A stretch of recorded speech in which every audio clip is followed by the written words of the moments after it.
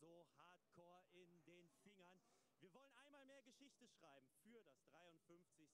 ADAC Ravenol 24-Stunden-Rennen auf dem Nürburgring. Emily, ganz wenige Minuten noch, dann fahren die ganzen Jungs und auch einige Mädels raus auf die Strecke und dann geht es in die erste Qualifying-Session. Ja, hier in der grünen Hölle. Wir sind froh, dass es wieder losgeht. Es ist so schön. Der erste Tag jetzt, wir starten mit dem Q1.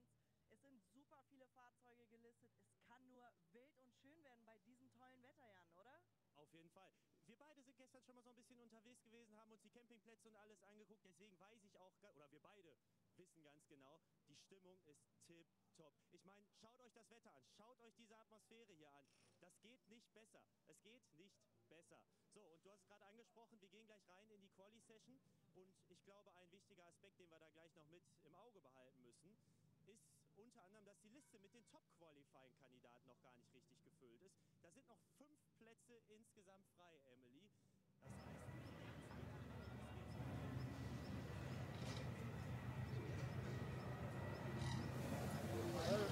Das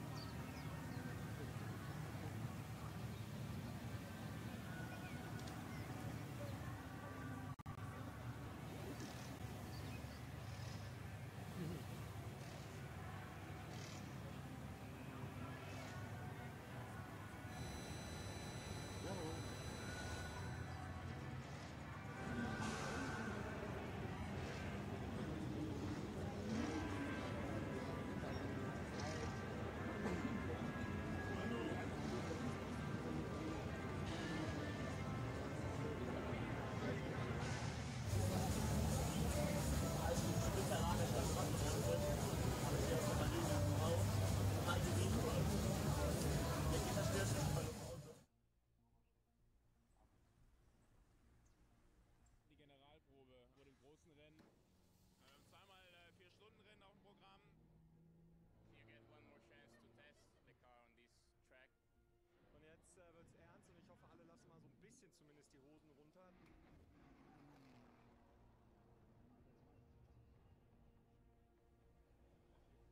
herzlich willkommen zu den ADAC 24 Stunden Nürburgring Qualifiers. Ja, es werden einmal noch Plätze für das Top-Qualifying ausgefahren. Es ist aber auch für alle Teams, die hier teilnehmen, so eine Art Probelauf.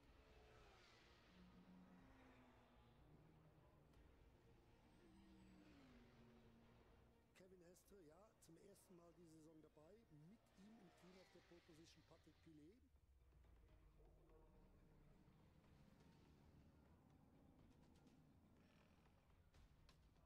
Für mich erstmal im Regen seit den 24 Stunden letztes Jahr. P1 zu bleiben ist das Ziel und wäre schön. Rundherum. Erstes Nass am Nürburgring soll sich nicht bessern. The 5 red lights change to 5 green. Hase Andauer mit einem sehr, sehr guten Start von 4 auf 2, kann sich direkt 2 Autos schnappen.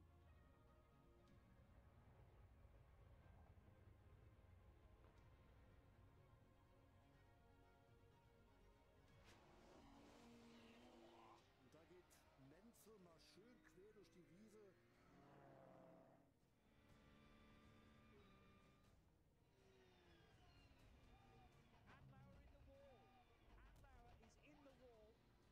War aufregend zu fahren, hat sich eigentlich nicht besonders schnell angefühlt. Wir waren jetzt Zweiter hinterm Scherer Porsche, das war eigentlich deutlich besser als erwartet für das, wie sich das Auto angefühlt hat. Man kann nirgends mehr Vollgas fahren auf den Geraden, also weit davon entfernt. I think this was the most extreme experience I have ever had here at the Nordschleife. My heartbeat has never been so fast driving so slow.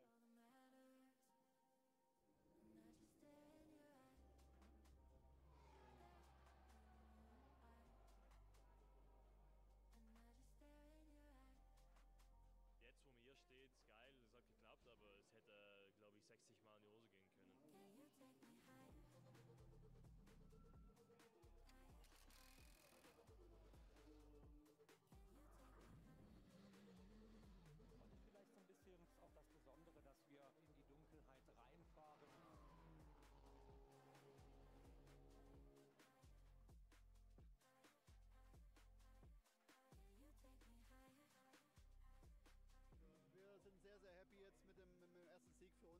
Porsche.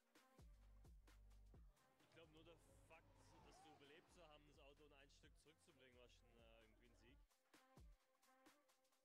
This is Nürburgring. I mean, that's why we love this track.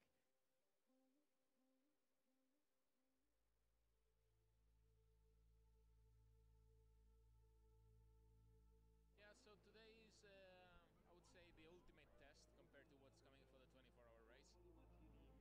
So probably the best session of the year, I think. Traffic free on the Nordschleife is really special, so it's basically one of the best time of the season.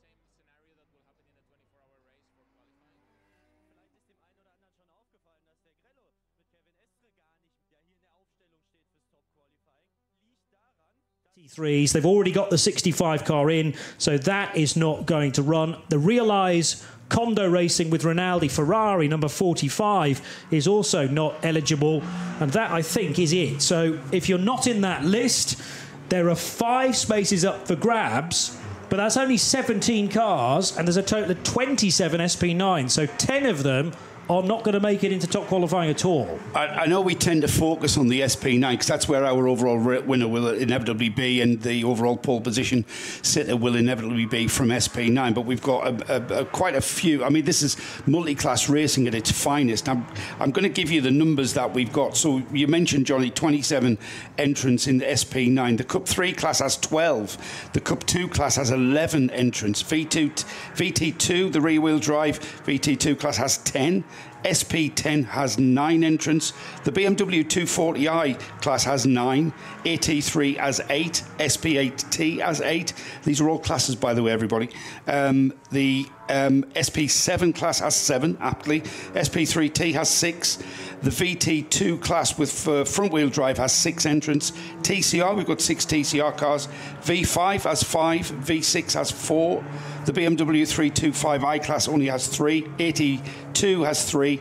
SP2T has 2. SP3 has 2. SP4T has 2. SP Pro has 1. We'll have more information on the class structures, obviously, as we get into the weekend. Now, if you're a follower of the NLS series as a whole, you'll know that Scherer Sport, Phoenix, previously known as Phoenix Racing, and one of the most successful teams here at the 24 Hours of Nürburgring, they should have appeared with both of their cars in top qualifying. The number 1, the Audi R8, and also the number 16 Porsche. But both cars have been removed out of top qualifying and will have to qualify through the more, let's say, conventional qualifying, thanks to 2 different reasons, 2 different, not errors necessarily. In the case of the Audi, perhaps because it ran to an engine map or an engine homologation that wasn't exactly correct, so potentially not running to the BOP that it's supposed to, and so that has been removed out of top qualifying. Does still mean it can qualify into top qualifying, but it needs to do it in these next 2 sessions today. The 16 Porsche, that has moved from Yokohama tyres to Michelin tyres for this 24-hour race, and that has meant that because it qualified on Yokohama's and is now on Michelin's, it is not eligible for top qualifying. So they will also have to do it the old-fashioned way. I'm still getting to grips as to which way round they are, because I think the bit of paper that is in front of us is actually slightly out of date, because I spotted yesterday the Audi on Michelin's, so we can scratch the black with the red lettering of Yokohama. That's how they ran at the qualifying races at the end of May. But I'm 99% sure that Scherer Sport number 1 Audi, who is effectively the defending champion, they've now changed to Michelin, so that bit of paper is slightly out of date. But I'm willing to be wrong. No, and that means that would make more sense, because then the team are running Michelin's for both cars rather than having 2 complicated 2 black round things of 2 different brands in the same garage. Yes, and Falcon Motorsport used to do that, because Falcon Motorsport are a massive advert for that particular tyre manufacturer, and as if to prove that that tyre was good on lots of, or a couple of different vehicles, they used to run 1 Porsche and 1 BMW M6 in the past, but they are now definitely Porsche through and through, and the 33 and 44 cars who've had a cracking start to the year, and because of that, both cars are already in to top qualifying, which takes place tomorrow, and it's top qualifying an afternoon session or an early evening session with another qualifying session after it. And what's interesting to me is that if you don't get into top qualifying, remember the final 5 that are at the moment big question marks, they'll be decided at the end of today. Yeah, 2 qualifying sessions. It has to all be sorted clearly before the top qualifying session begins tomorrow. If you then are not involved in that and you're an SP9 car, you've got to use the rest of Q3 to try and improve your position on the grid from 18th back to 27th. So it is vital, Q3, for finishing up those positions, not necessarily in the dramatic style that we're going to do on the single lap or double lap qualifying. And with 2 sessions as well, you can go quicker this evening and better your lap time. Whether that will put you then into qualifying if you're just outside, and you can't rest on your laurels. If you've qualified tonight, this afternoon, you've got to keep pushing, haven't you? Because you can't just rest on your laurels and expect for everyone else to go as quickly as they had in the afternoon. Everyone's going to be honing and tuning set up to go quicker, so you've got to do exactly the same. If you are quick enough this afternoon, you've got to go even quicker this evening. Joe, you'll probably know better than me, but track conditions, if you have a nice, clean, uninterrupted lap, surely are going to be better in the run-up to the night. We were talking about when sunset is last night, 9:30, 10 o'clock. That would be the perfect time because it's a little bit cooler. I mean, it's dry, hot, kind of Mediterranean heat here at the Nürburgring. It's very bizarre. Nearly 30 degrees air temperature. And therefore, the engines don't necessarily like that as much as a 24, 25 with a bit of humidity in it. And the track's going to rubber up during all of our sessions that we've got. So, yes, we're going to get good times here, but presumably the best moment will be that kind of transition period into night. We call it the golden hour, don't we? Just before twilight, where the air gets thicker, the engines prefer that. You get a lot more oxygen into the air, into the engines via the air, of course. The track is a little bit cooler, so the tyres work a lot better, and that's when the optimum lap time will come, and the teams will be gearing towards that. That's not a very cool Porsche. No. Burning on the left rear corner. It's the 97 machine. I think I have to scroll quite far down my entry list to find 97. Johnny's got a very clever system. It's the Julian Ray entered SP7 car. This is the old school way of going Porsche Cup racing, but the engine sits right at the rear of this car, and I'm concerned that that's a flat 6 fire potentially. Oh no, it's left corner, isn't it? It's left corner, so difficult to tell precisely, but thankfully the driver is out and we're able to identify who is at the wheel of the number 97 car, but that left. Go on. That might, Johnny, be a binding brake that has caused a heat build-up in that corner, because it doesn't look like it's across the car, which would lend me to think that it was more engine area.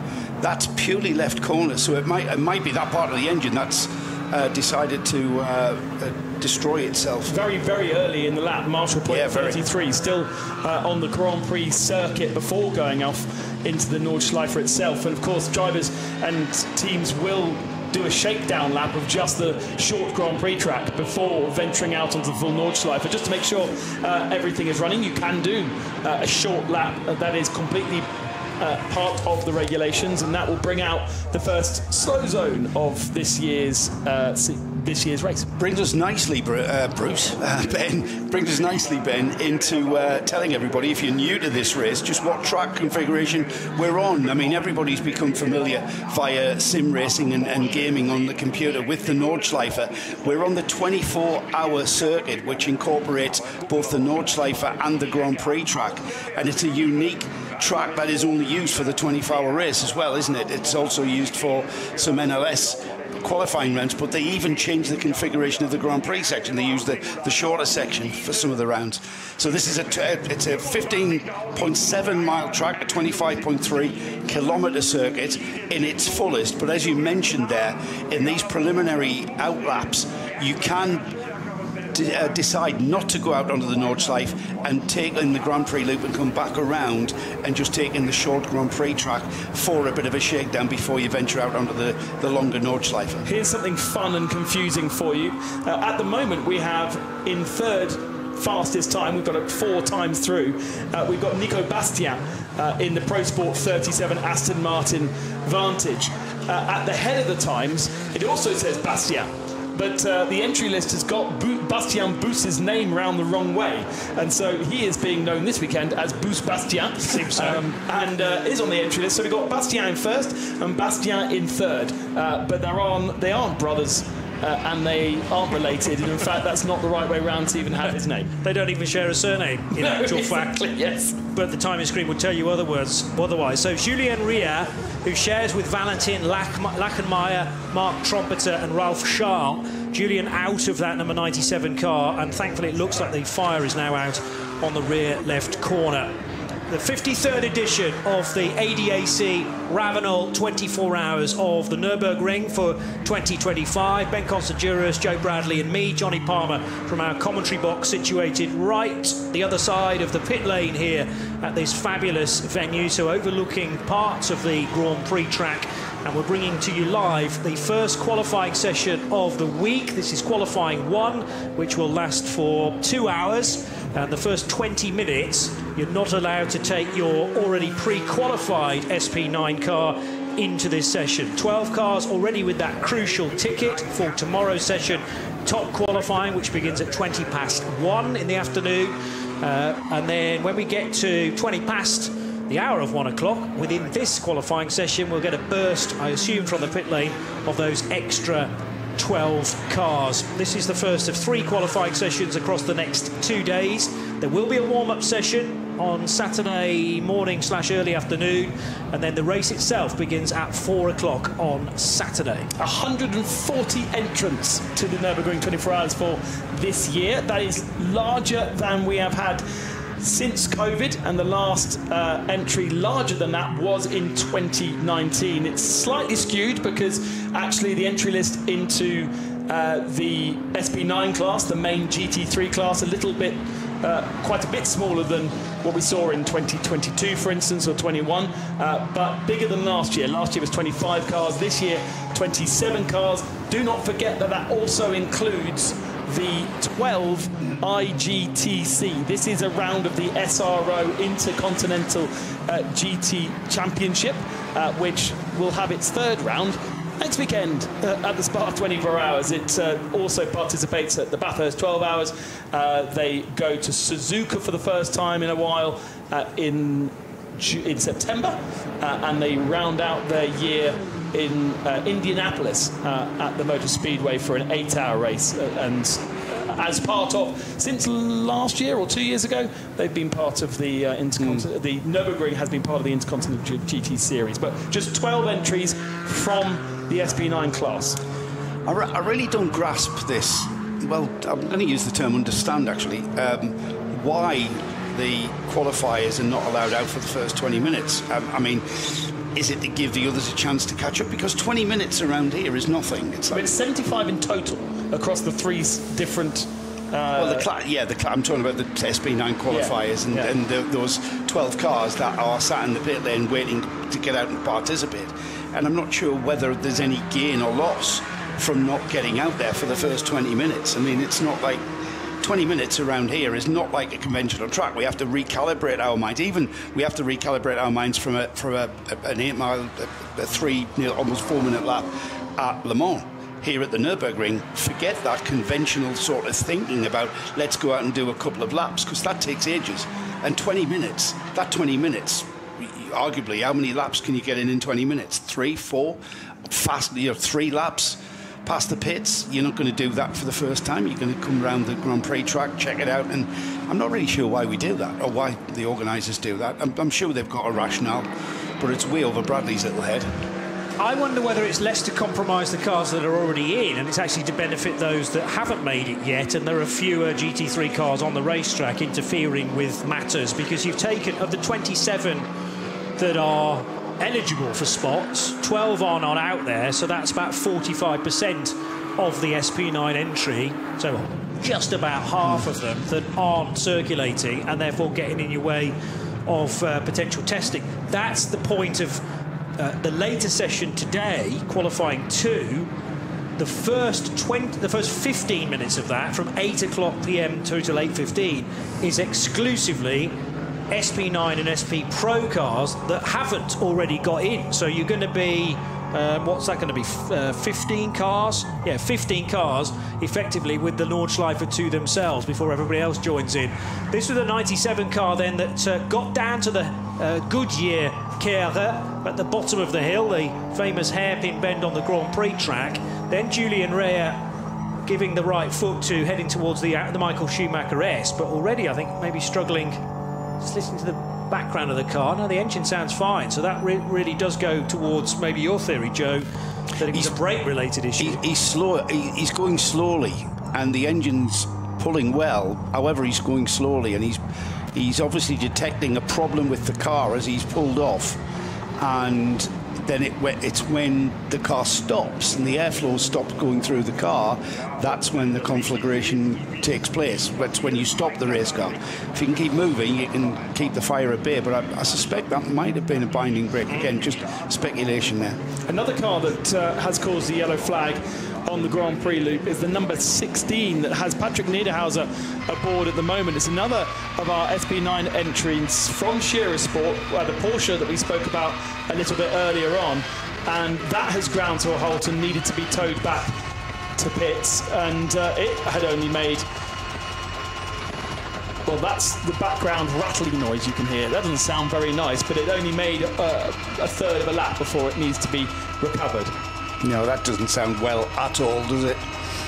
That's getting worse. They're then back to the pits, and this is a car that needs as much time on track as it can possibly get. It's one of the cars, remember, that this is the Porsche, the Scherer Sport Porsche, that changed tyres from qualifying onto Michelin's for this weekend, so that car needs to qualify proper. It had qualified. However, qualifying on Yokohama's and then switching to Michelin's is outside of the regulations. So we've mentioned that, and that car now grinds to a halt. Sounded flappy. Yeah, it did. I don't know what drive on earth that was. That might have been, but it's coming back on the end of a tow rope now. Very strange to have a drive shaft issue within this early. A kilometre of the at the start of the session. He hasn't been able to abuse the curbs yet, has he? You know. Well, is that Lawrence Vanthoor in the number 16? It was Niederhauser. Niederhauser, you said that, beg your pardon. So Patrick Niederhauser, who has had victories in the NLS already this season, but didn't get very far, but just a few corners into the Grand Prix segment of the Nordschleife lap, or the Nürburgring lap.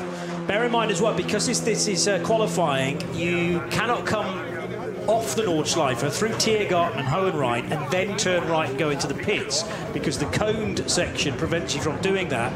Instead, if you've got a problem, let's say on the Döttinger Hohe, you're going to have to go right past the pits, all the way around the Grand Prix circuit, and then in via the back door in this format of qualifying, because there are cones out there for those that wish to just go around the Grand Prix track, lap after lap after lap. There's nothing to stop you doing that, and that's why there's almost like a filter lane now that's been set up for an Audi and a Lamborghini that do precisely that in front of us. But it can hamper your potential plan, or rather if you come off a plan this early on in the 4 days we've got.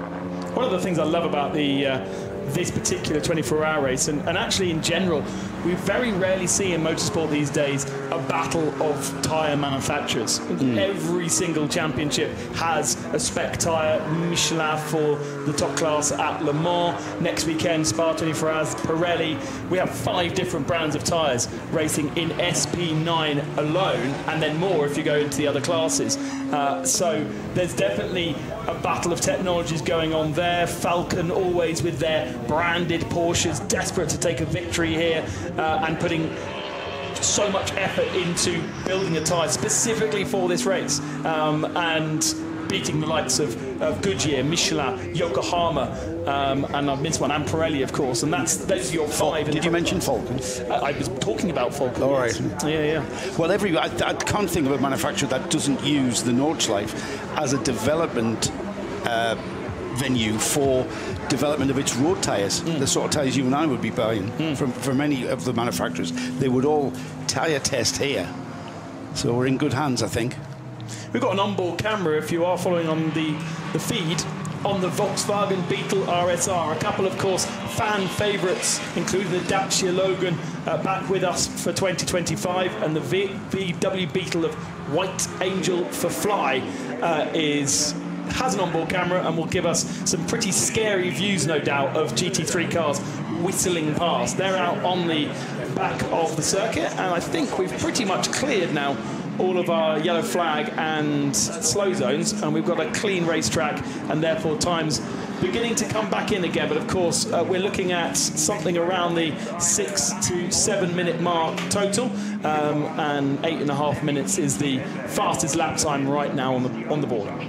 And remember that we're using the circuit that is exclusively reserved for the 24-hour race and the qualifying races. This is not the NLS circuit, and the differences are, for an NLS meeting, we use all of the Mercedes Arena, which this weekend is actually used as the support paddock, so not accessible through what is normally the first 3-4 corners.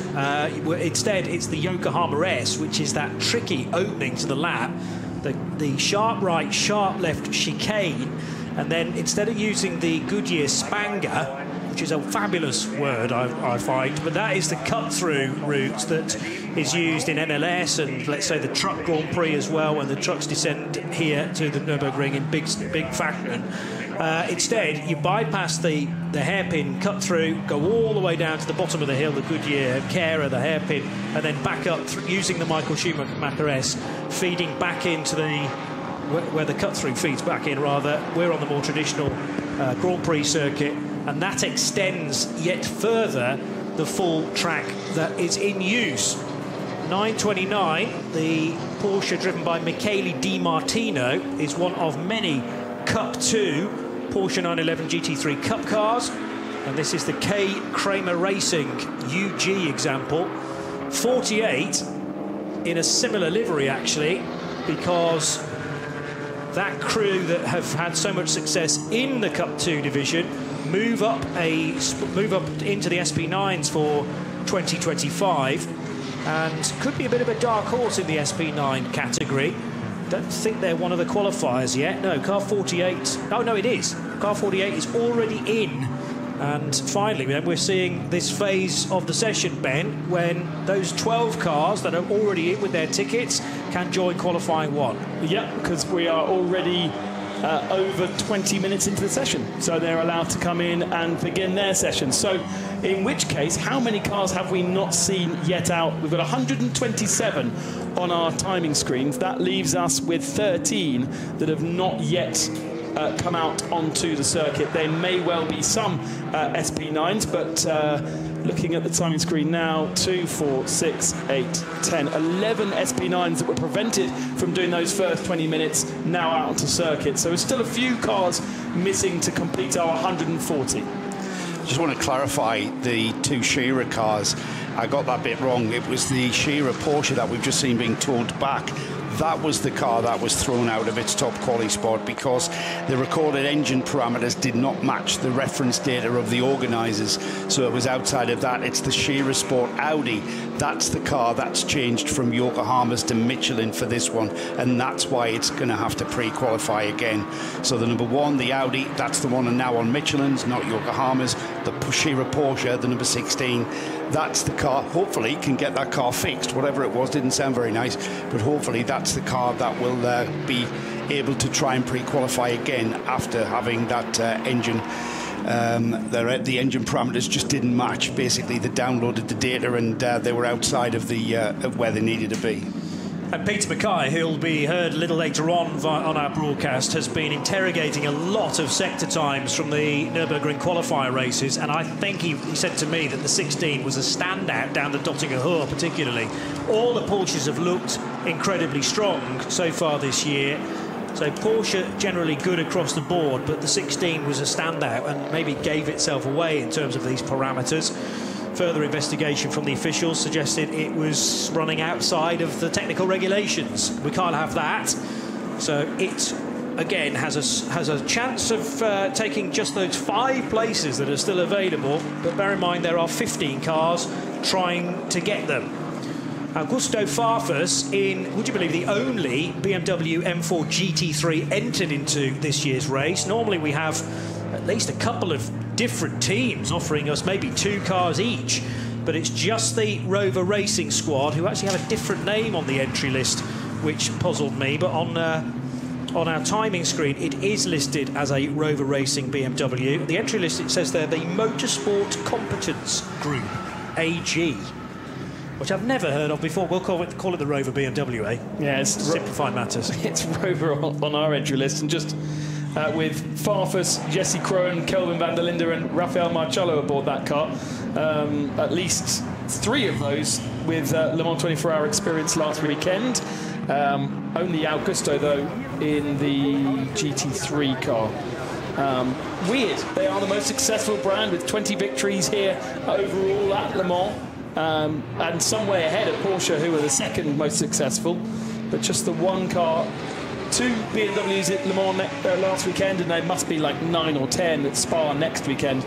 But I don't think that's necessarily the excuse, because we would usually see the DTM cars here, and they are not.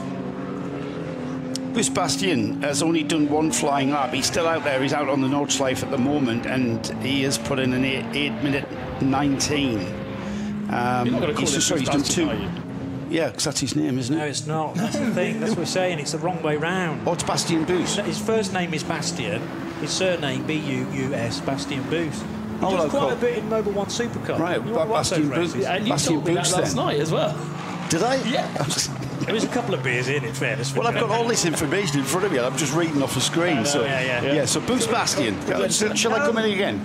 Bastien Bus is quickest with an 8-minute 19, considerably quicker. He's only done 2 fast laps. His last one was 8 minutes 35. So his first fast lap was an 8:19. So where he picked that up from, it was obviously a very clear track, and he was able to get through the 25 kilometres unaided, or unimpeded, I should say. So that's the target time at the moment, 8 minutes 19, to be the top of the screens for Bastien Bus. Yes, we got there. And now it's all changed, Joe, because Chris Haas has just gone across the line. I expect it to. In the number 1 Scherer Sport PHX Audi. So this car is a non-qualifier as well to date. And I was just going through how many of those cars in the top 7 or 8 do not have that letter Q next to their name, or the top Q, and it is lots of them, because of course the qualified cars haven't really had a chance to put in a quick lap just yet. But that Audi now on the Michelin tyres that Chris Haas shares with Luca Ludwig and Marcus Winkelhock goes fastest, 8:14.1, which is 5 seconds faster than Bastien Bus's effort. We've got a car that looks like it's stopped out on track. It's the number 827. Yeah, Lincoln Co. Hong Kong entered Lincoln Co., which is a TCR car, but not confusingly entered into TCR. It's in the AT3 category, Fancy by Teamwork Motorsport, and they are down at Marshall Point 100-101. So that is the Metzgerfeld area. The Metzgerfeld is the 2 left-handers that follow shortly after Adenauer Forst. It's a bit more open there. You plunge down into the foxhole, trees left and right and above, actually. Horrendous in the wet that Joe ensures me we're not going to have this weekend. And then all of a sudden you reach a clearing, Adenauer Forst, where the track goes left and right. There's a little bit of runoff. And Metzgersfeld is the very rewarding fast couple of left-handers immediately after that. And Zhang Qiang is the driver aboard that car. 2 Chinese drivers and a Hong Kong driver. No Works Lincoln Co. drivers. It's not part of or linked to the Lincoln Co. Works TCR team. In fact, they're racing this weekend in Monza, so that would be a bit awkward if they had one of their drivers in this race.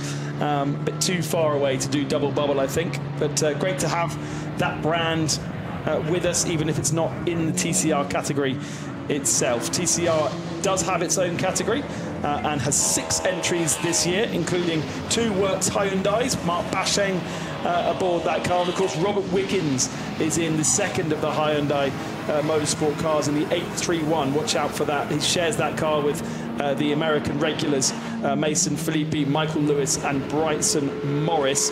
Audi, Cupra, Volkswagen all represented in the legit TCR category of 6. So Chris Haase, as soon as he'd done that time, the 8:14, he's now done a full lap of the Grand Prix track and then pitted. So it's not quite a one and done, an out lap and then a fast lap, and then he's parked it. Bastian Buus is somewhere in the 5th sector, because he's got about 5 seconds to try and find on the German who is quickest so far. Then Augusto Farfus. The 98 crew on the whole are incredibly busy in the Rover Racing BMW, because 3 of those 4 drivers are down to do all 3 24-hour races. So Farfus, Marciello, Kelvin van der Linde, in a list of... I and a few colleagues have reached 7, although Ben's seen written somewhere that there are 8 drivers. I'm now trying to work out precisely who that 8th driver might be, but 7 at the latest count that will have done Le Mans 24 hours last weekend, here in the Nürburgring, and then the Spa 24 next weekend, which is some task. And by Spa, maybe even by the start of the Spa 24 hours, they will be fast asleep. I think there's some suggestion that there might be a bit of a publicity shot with all of their sleeping caps on before we get underway. What's harder, though? Doing that or commentating on all 3, like Bruce Jones and myself? Well, yeah. Can we join the photo? I think you should be there. Thank you. Yeah, with maybe just in the background, with a couple of microphones. You've We're got a doing it as well. face for radio, though, Ben, so maybe not. Yeah, absolutely. The 33 Falcon Motorsport Porsche's just gone across the line, and this is the Julian Andlauer. Who else is in that car? Nico Menzel and Alessio Picariello, Sven Muller. So they have elected to choose 4 drivers. Seems to be almost the unfashionable thing in some cars now.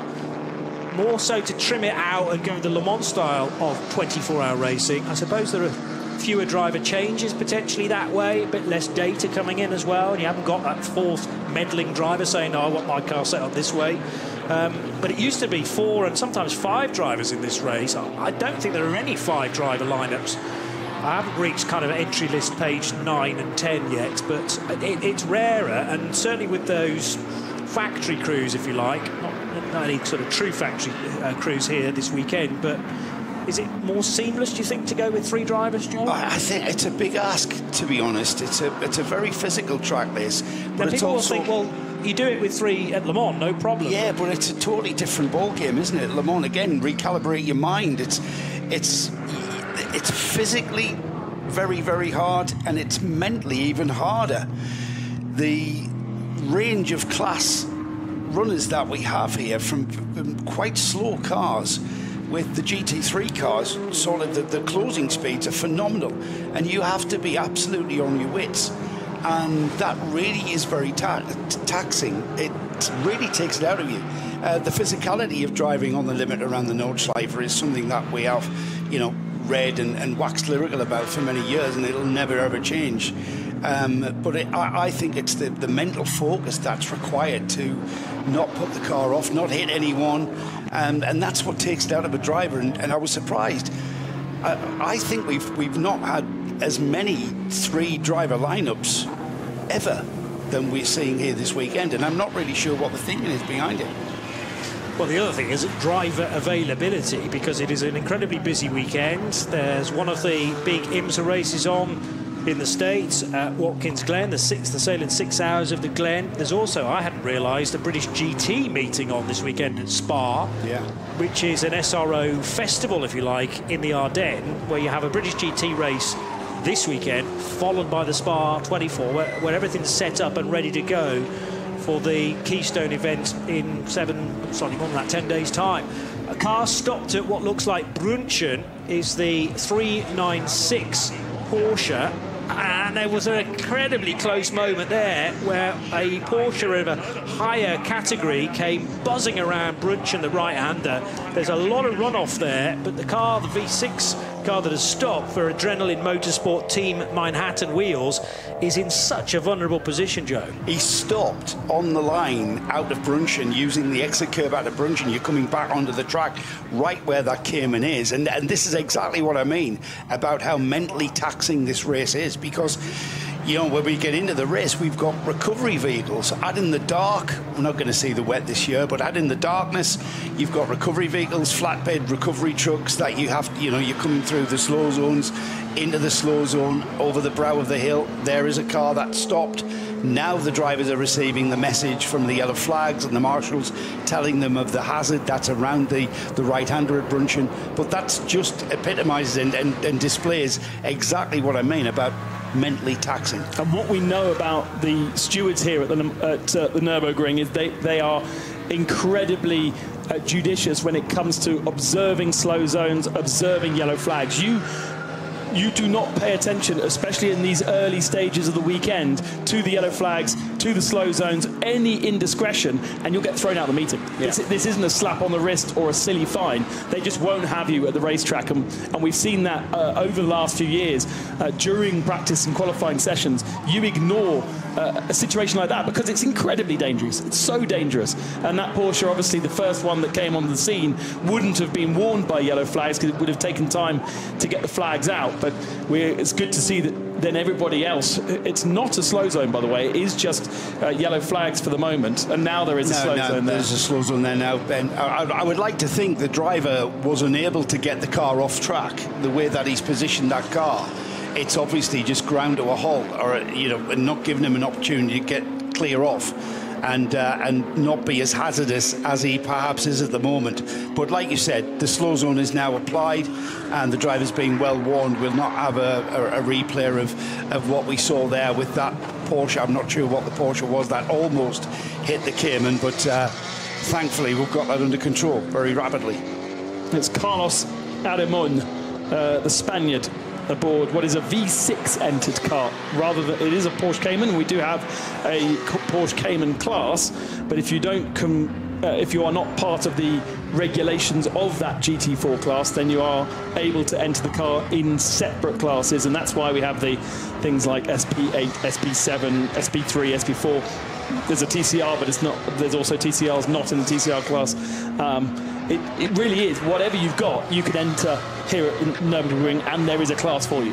We like that. I mean, I know including a Dacia. We've had in years gone by a Mercedes Berlin taxi that was, you know, I think it had 1 million road miles on it, and that would enter. I'm talking a few years ago now. It's been a while since we've seen that kind of novelty sort of entry.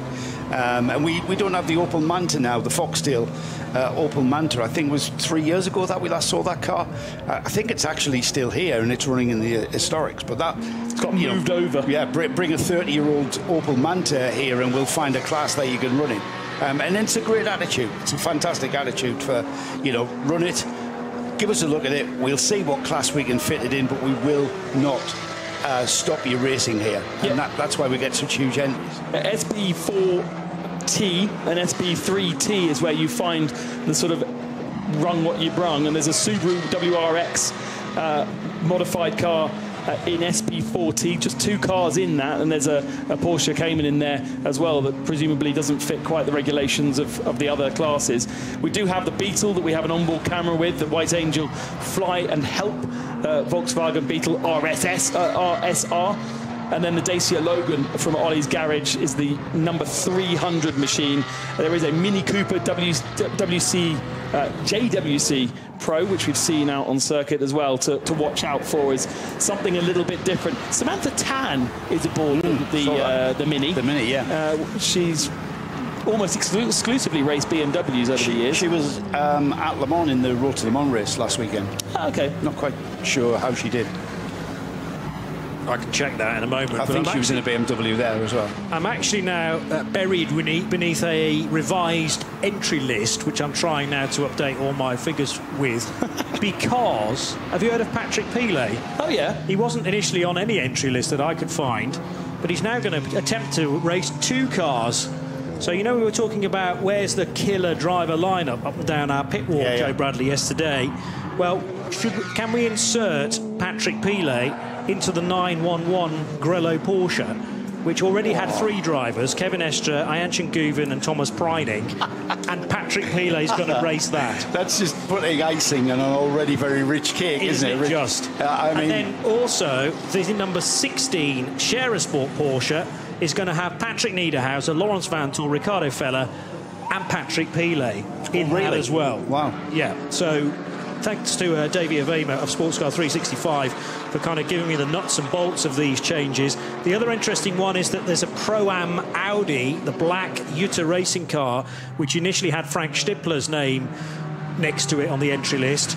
You can delete Frank Stippler. He's going to be concentrating instead on the Ford Mustang from HRT Haupt Racing Team. But they've replaced Frank Stippler with Pierre Kaffer, so that's fine. It'll go just as quickly as it did in the hands of his fellow German.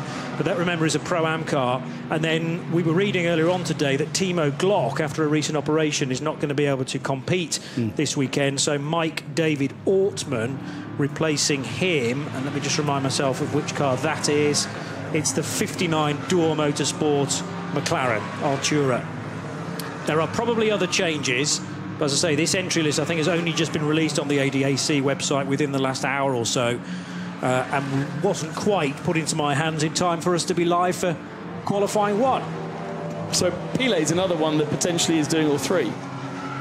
Okay, yes. Certainly did last weekend, this weekend, and I don't have 76 SRO 24-hour cars in my brain, but I would be surprised if he's not doing Spa next weekend. Agreed. I will check that because I've got a list of them which I can do a quick word search for.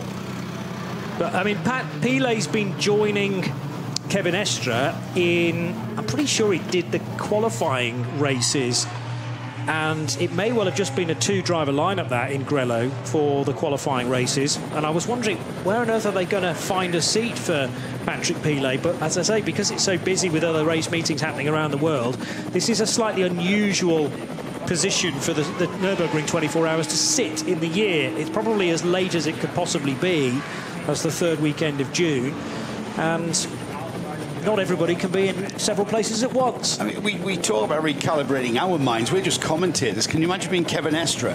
He must be still buzzing after that opening stint of that 963, the number 6 Porsche, last weekend at Le Mans, where he came from the back of the hypercar class and was in contention for the lead and can maintain that contention for the lead almost to the finish.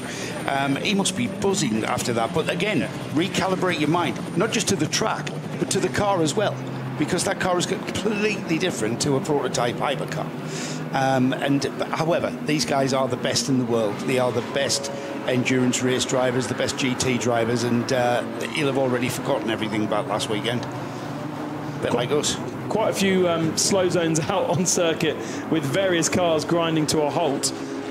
Just a quick note on that Door Motorsport McLaren Artura Trophy 59 car. They were supposed to enter a 720S into the GT3 category, but found issues with that car during running in the DTM, and therefore made a relatively last-minute decision to move to the Artura Trophy car. Guess what? They got it at the start of the week, and so have managed to shake it down at the Hockenheimring, but this is the first outing for the Artura Trophy car at the Nordschleife itself, and probably the first time ever around the circuit for that type of car. There was a one-make series that McLaren have launched 2-3 years ago now, which has 2 types of car in it, and it's known as the Artura Trophy, and that is where this car has come from. Very much a reliable car to tick off the laps here, but not necessarily a car that's going to participate particularly strongly against other GT4 cars. Therefore, it's not a GT4 car, and it sits actually in the where have I found it? In the SP8T category, alongside BMW, a Toyota, an Aston Martin Vantage, and a Toyota Supra. So that car that's gone off, that has got a distinctive livery that, if you're 10 metres away, looks absolutely beautiful. When you get up close, it's been brush painted. Wow, nice. But by an artist. And I forget the number. It's a 277 you're talking about. Yeah, the BMW. Yeah. We caught a glimpse of it, and it is actually brush painted. It's got a mural on the car that you would think, oh well, that's an interesting wrap. However, the texture of it is quite lumpy. I'm sure the aerodynamicist will absolutely abhor it, but it's quite a unique car there, and quite a bit of a gimmick, bit of a novelty car to keep an eye on. Hopefully they'll get it fixed. It's not too badly injured. It does have an oil trail to it, well, unfortunately. It's certainly enough in the week to be able to fix whatever that is. Klostertal's got a big slow zone yellow flag area, and we're going to get a code 60 also in Eschbach. So we've got a couple of different cars stationary out on circuit right now. Lots of activity on the Nordschleife, as we have yet to see every single vehicle on the entry list. We're still waiting for 6 of the 140 entered to participate in this qualifying session, so that's a little bit of a surprise. Quite a few cars, 12 cars, have been out onto the circuit but have yet to set a lap time, and we are surely nearly into the second half of this session. I think we're seeing the moving slow zone through. It's now gone through the carousel area from Klostertal, through the right hand up the hill to the carousel. It's now up towards Hoeracht, and I think it's because we've got intervention vehicles now. We've got an intervention vehicle at the carousel and an intervention vehicle at Hoeracht, and I'm not sure what they're clearing up. So according to our tracker, which is pretty accurate, we've got no cars stopped in those areas. So it might be just to facilitate the movement of the intervention vehicles. Now, can you imagine if you're on your hot lap and you are then disadvantaged by an intervention vehicle in just moving location to get into position to do its job? And that's the jeopardy, though, isn't it? That is the jeopardy of any kind of motorsport, or indeed at the Nürburgring even more so. It's been a good run for a couple of cars that are guaranteed tickets in top qualifying tomorrow. The 35 car already in, but that is now third fastest in this session. 35 is the Trinity Solutions Aston Martin, and the 33 Falcon Motorsport Porsche for Julian Andlauer, Menzel, Müller and Picariello has gone fourth fastest. So the time difference is Chris Haase, we mentioned, coming across the line with the 8:14.1. That's still 5 and a bit seconds faster than Bastien Bous's effort in number 54, the Dynamic GT Porsche.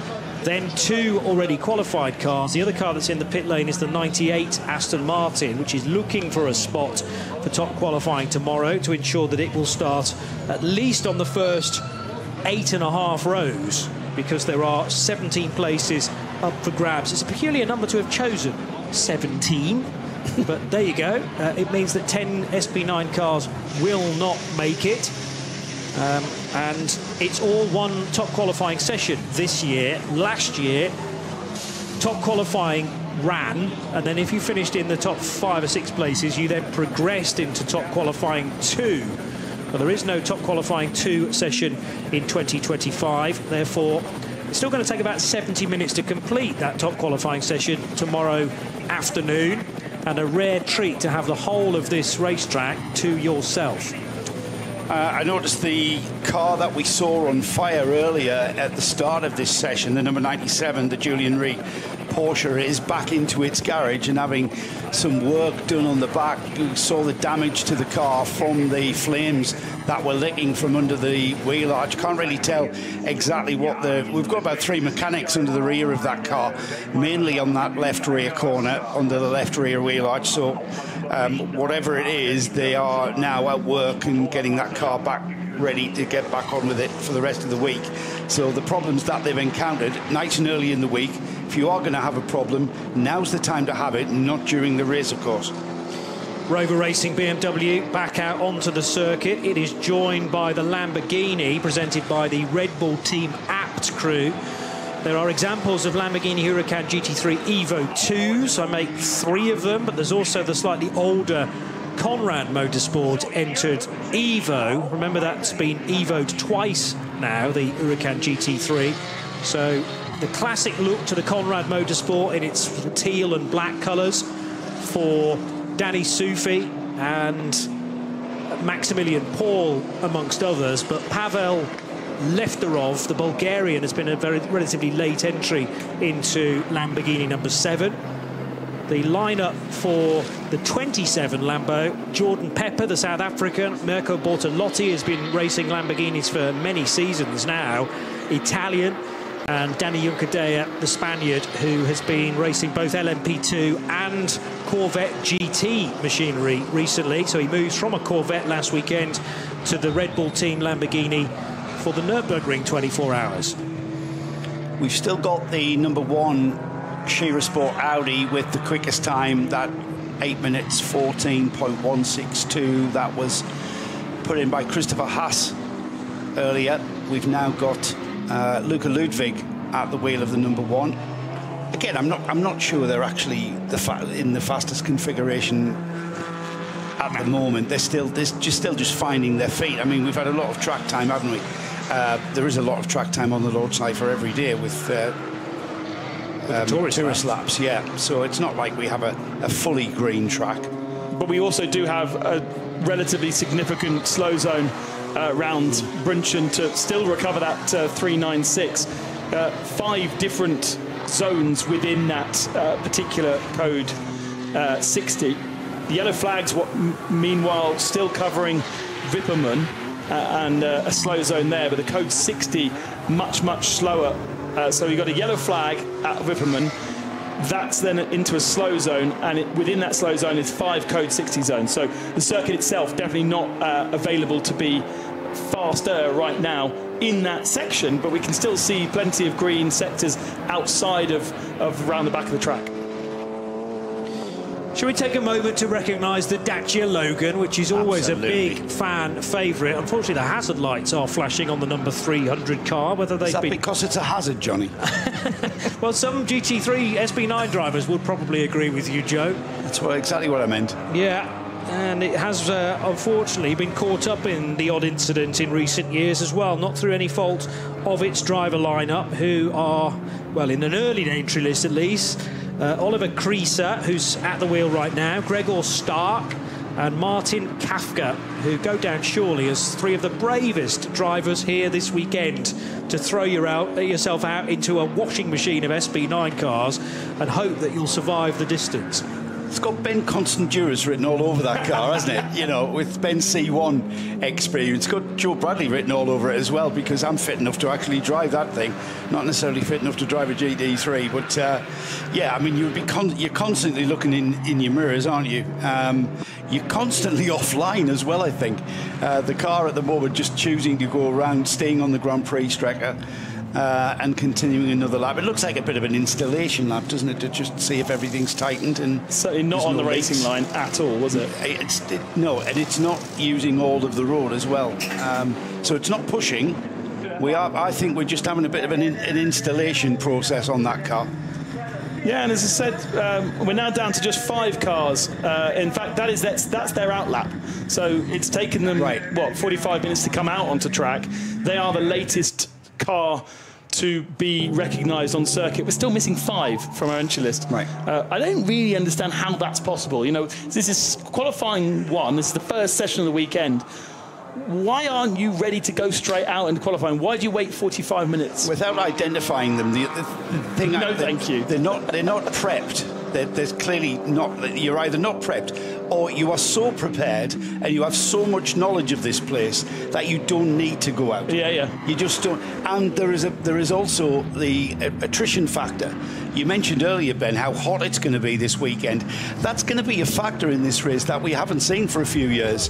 And the cars are going to suffer. How many cars have we seen already suffering, being towed back to the pits or being dragged in from trackside? And maybe that's at the forefront of cars' minds, of teams' minds, of not putting excess mileage on the car and just keeping their powder dry for Saturday. That's when they're going to do the maximum amount of laps. If that's the position you're in, well, you know, good for you. However, the boys and girls at the front, they've got to be pushing from the very outset. The first green flag to the last checkered flag, they've got to be optimised.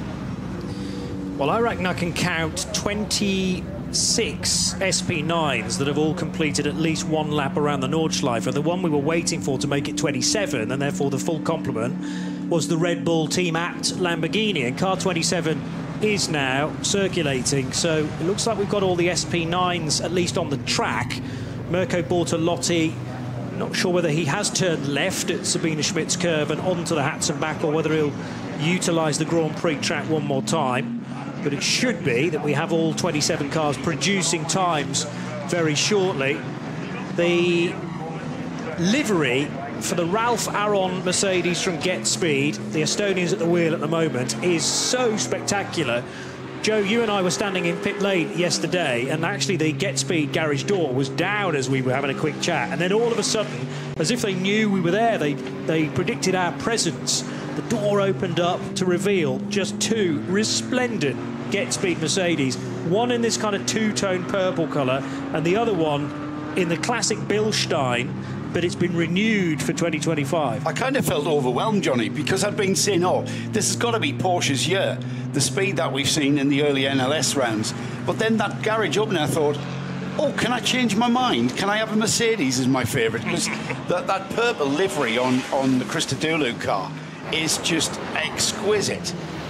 They've got a purple trim to kind of signify the purple lap time that they hope the car's going to produce. Because on our timing screens, when they put in the fastest outright time, the time goes purple, and that's why they've got the same purple stripe down, a dark purple with a lighter purple, the same purple that we're going to see on our timing screens, is what I was told.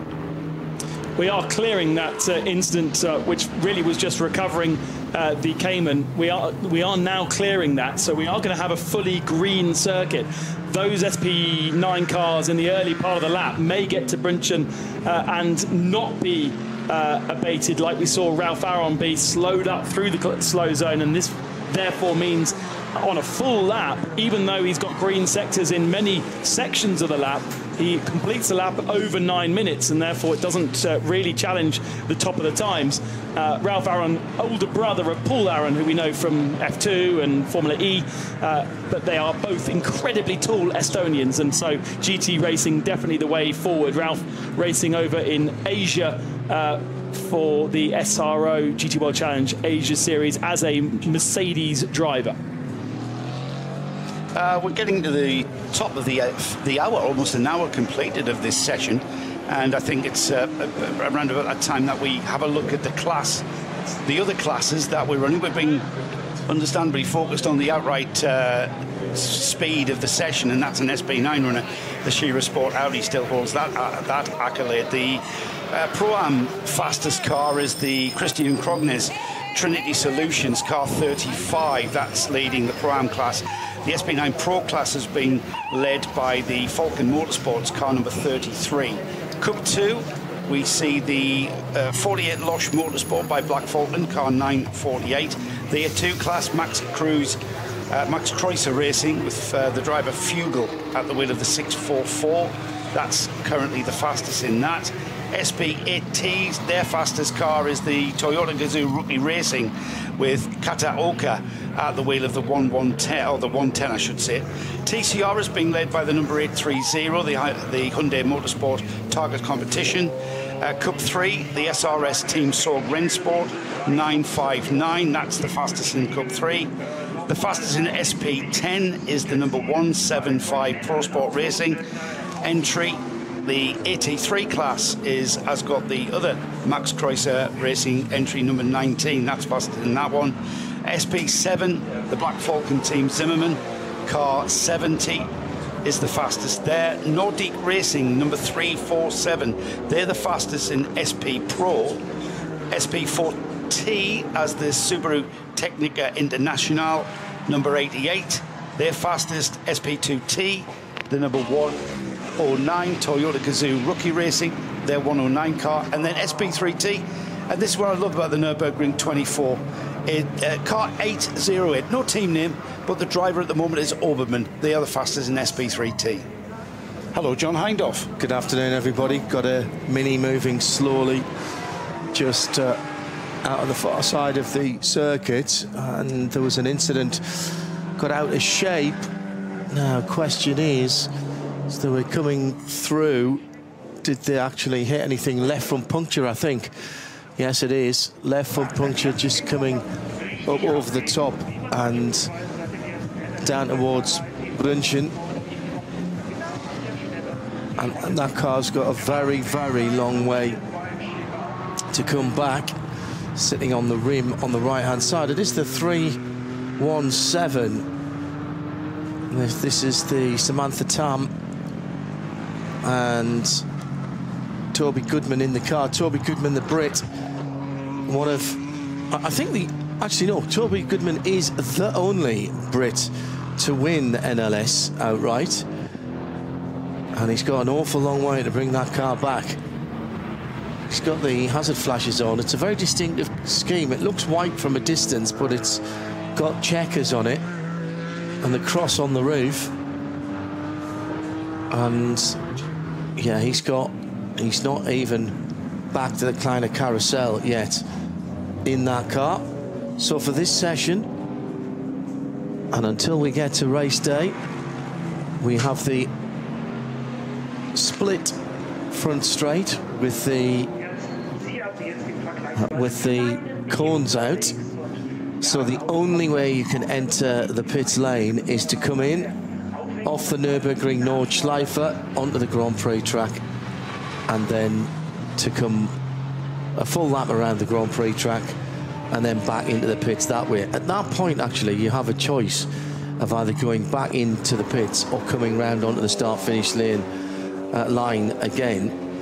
Now that obviously will disappear come the race, so that you can come in straight off the end of the Nordschleife. Peter Mackay joins me in the Global Broadcast Centre. Excitement abounding as ever, and finally we've got cars on the track. At last, yeah, it feels like it's been a bit of a wait to get cars out in anger. We've had some information, if you like, over the course of the year in terms of the performance in the Nürburgring Langstrecken Series races, but also in the two Nürburgring 24-hour qualifying races. The only caveat to that is the two qualifying races, we had one which was wet and one which was mostly dry, but with a bit of wet in there as well. The other thing is that a few of the key protagonists for this 2025 edition of the Nürburgring 24 Hours didn't go to the qualifying race. Yeah. Notably the 98 BMW, the Rover car, which is a car which is a complete mystery to what pace they have. Last year, they had their pace in practice and qualifying was okay. In top qualifying, they qualified on pole, but in general they were pretty quiet in practice, and then they came alive in the race. Read into that how you want. But here today, I mean, the lap time set by Christopher Haase straight out of the gates, before we got any slow zones or code 60s or anything like that. In the number one, the defending Scherer Sport PHX Audi, bang, straight on the top of the timesheets with an 8:14.162. That could well be the lap time that gets them into top qualifying, because they are one of 13 cars who have 5 spaces to play for. And that, I think that should be pretty good for getting them into top qualifying with that. And it's not a surprise to see the Audi have good pace. Looking across what we've seen so far, they have been strong. They just haven't quite had the results. But pace-wise, they're looking pretty good. Got one of the Seat Formentor intervention vehicles out on the circuit at the moment, and that car heading through to the end of the Hutzenbach at the moment. Not entirely sure what that is on the circuit for. Fans of the Dacia Logan will be delighted to know that the Logan 2.0 is with us. Car was destroyed, of course, and the shell was a write-off. They decided to upgrade the whole package, and the regulations say that you can transplant an engine so long as it comes from a car of the same manufacturer. Well, Dacia, Renault kind of makes sense. So I believe the engine that they have now is still the 2-litre 4-cylinder transverse engine, but I think it's from an RS Megane. Right. Well, that is a car you see here a lot at the Nürburgring. On the truest farm. Oh, definitely. It's a really popular car for front-wheel drive. not difficult to drive, but a very, very good car. I used to have a Renault Sport Clio, which again you see lots of them around. Oh, one of the best cars I've ever driven, and I was lucky enough to own one for a little while. It was a really cheap, really cheap car too to run. It was a fantastic little thing. We don't see Renault Clios anymore in the Nürburgring 24-hour. We used to, but the Dacia is very much the anomaly that you only at the Nürburgring 24-hour will you see a car like that racing alongside €1 million SP9 cars. And it is the Audi, the number one defending champion Audi. That's why it has the honour of taking the number one that is quickest at the moment. From in second place, the Porsche, number 48, which is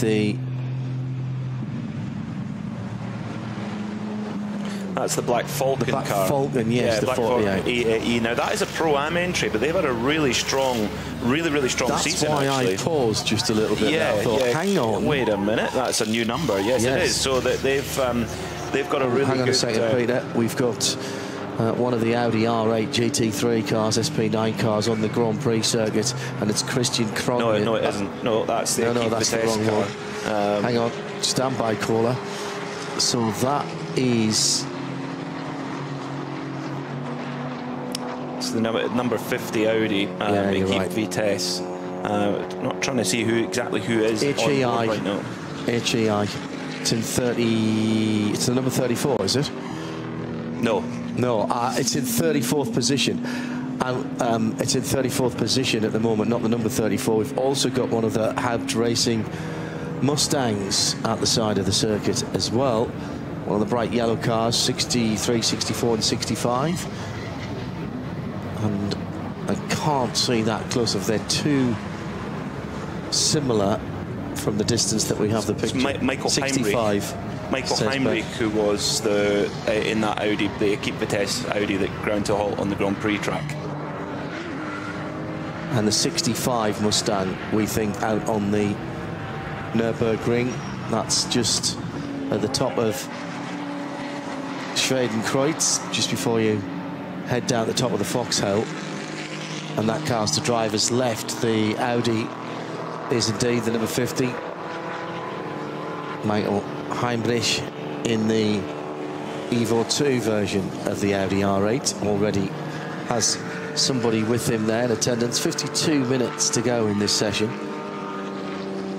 Shows you how many cars are having problems straight out the box and straight out the trailer. I mean, probably one of the pre-event favourites, car number 16, the Cherosport PHX Porsche, grinding to a halt with a horrible flapping noise as it ground to a halt. That car is now in the pits being worked on. So it can happen, and like Joe mentioned a few moments ago, you want to have these issues now. You don't want to have them in the race. You probably even don't want to have them getting close to the race. At least at this point, you've got a chance of a strip down and a rebuild, and not having to go into a 4 o'clock start on Saturday afternoon, having had a sleepless night on Friday night. There is a warm-up on Saturday, and we'll give you the chance, if you have had to do a wee bit of work on Friday in the final qualifying, or should I say in the final practice session. Slight change to the top qualifying, the single car shootout this year, in that there is only one session of that. There's no knockout phase. By the way, it's Olivier Krieser in the Dacia and the Logan at the moment. We lost quite a lot of the smaller capacity cars. 2 litre now, effectively the smallest engine that you can have. We used to have the sub 1 litre cars. We've got a few, and the one now I would note is, and I have to say they're my favourite, if I were to have a favourite, were the 2 little GR Yaris's. They're a 1.6 3-cylinder. They're cool little cars. They're turbocharged, of course. So so they're non-normally aspirated. Sorry, they are normally aspirated. So they get the multiplication factor for being force induction. But we used to have sub 1 litre cars, Daihatsu Charade and things like that. Then the GT3s, the SP9 cars just got too fast, really, and it made sense. I think the first year we were here in 2007 to do the race, there were 220 cars that took the start. Now, the limit by mandate is 170, I think. But we haven't had that for a wee while, although this year, an excellent entry, and certainly starting to rebuild. I think it shows you just the popularity of racing at the Nürburgring, how many people want to take on that opportunity. As the Dacia's making its way around towards the Stefan Beloff S with a Ferrari, number 45, coming right up behind, and this closing speed is just enormous. But the Dacia is so quiet, you can actually hear the crowd cheering it on as it makes its way around the lap.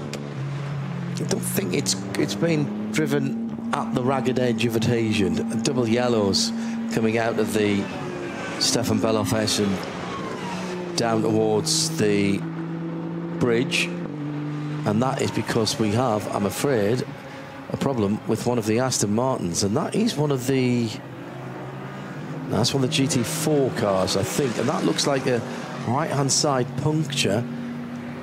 It is the Dumari car, yeah, right rear puncture on that car. Goodyear tyres on this machine, and I'm wrong actually. That is a GT3 car. No, you're right. No, sorry, John. SP8T. Yeah, but it appears to be out of homologation of what you would usually see it. So it's a GT4 car with some modifications, mainly on the rear wing. Yeah, which is what I think threw me out there. It looks like a GT3 wing on a GT4 car. I've never seen that done before. But Dumoulin are a family who take part here every year at the Nürburgring. And that is Maxime Dumoulin behind the wheel, sitting in 55th position at the moment, according to the Limirak. Fourth in class. That'll be a hard class to win. Always highly contested. Now let's try and oh goodness, he's just going into the foxhole, isn't he? Just about to go under the bridge. Yeah, he's got a very, very long way around to come back with just under 48 minutes on the clock. That's going to take him at least 10 or 15 minutes to get back to the pits, at least. And in practice, the last thing you want to do is go too fast. Particularly in practice, you don't want to go too fast and rip a load of damage off. That must have happened just as he was going on to the Nürburgring Nordschleife, onto the North Loop. Yeah. Remember, you can always, even into the race, you can abort the lap before you go onto the Nordschleife, rather than have a problem that strands you out on that long section of this permanent road circuit. Well, we have seen in the past, 2 years ago, when Fricadelli won the race with their Ferrari, they won the race and got a puncture. They got it just around Galgenkopf, which is just before the Dottinger hole. So they were lucky enough that it happened towards the end of the lap. They still lost a minute. They managed to gain that back through the night with some amazing driving from all their four pilots in that. But the car that they were fighting most closely with was actually the Abt Lamborghini, the number 27 at the time, and they got a puncture around Esbach, which is only a few kilometres further back, but it was enough to ruin the race. They lost 3 minutes, so they couldn't recover it. So if you get a puncture, more often than not, you will be that will be your race done. But if you get lucky and get it at the end of a lap, then it still can be done. But what's amazing as well is that when you look at the pole sitting times, you look at the amazing one-off laps that you get here at the Nürburgring 24-hour and top qualifying. If you've never listened to it or watched it before, it's just the most enthralling entertainment on this amazing circuit when the drivers really go to the maximum of what the car is capable of. And what's interesting, though, the last pole sitter to win this race was in 2016, last time Mercedes won it. So do you want to be on pole? I don't know. The stats would say no. Records are made to be broken, though. They are, yes. Grello coming down through Flansgarden and in towards the last third of the lap. Campsite's absolutely jam-packed this week, as always. People coming in nice and early for the bank holiday weekend. It is a bank holiday here in Germany this weekend. Can Güven, the Turkish driver, currently 22nd for the number 911 Porsche. Grello is the colour, because it's Bit of green, bit of yellow. Not Grünb then, or Grelb, if it was in German. No, the Grello just rolls off the tongue, doesn't it? It has its own set of merchandise, the Grello car now, and has had for a wee while. Chan Guven then on his way back towards us, sporting a bit of Red Bull livery on that car this year, through the Antonius Bucher curve, where you really don't turn the wheel, you just look through the corner, still on the throttle, all the way up the hill to about where the surface change is at the end of the barrier on the left-hand side. Then you use the uphill and a bit of braking to get yourself through the last chicane. And I think Ken Guven stops the clock at an 8:41.384. That is no improvement to his time. No, and at the moment we've got a slow zone at Metzgesfeld about halfway through the lap, which will stop any kind of hot lap being set. But for Manthey, the times are meaningless. They're in top qualifying anyway. They've got a really quick car, and their pace has shown that over the course of the qualifying races, and indeed in the third NLS race, which they took part in and won. But they're a quick car. They actually don't necessarily want to set any headline grabbing times right now. No. Lamborghini going quickly at the moment. A couple of cars to keep an eye open for. We've got the Engsler Mercedes, the number 14 car, going nicely, thank you very much. But certainly watch out for Mapelli in the Lamborghini, the number 28 car, setting absolute top times in the first couple of sectors. Now, all right, that is only the Grand Prix circuit, but even so, that car beginning to pick up pace. He's done that and pitted. He's come straight back in, has he? Has Marco Mapelli.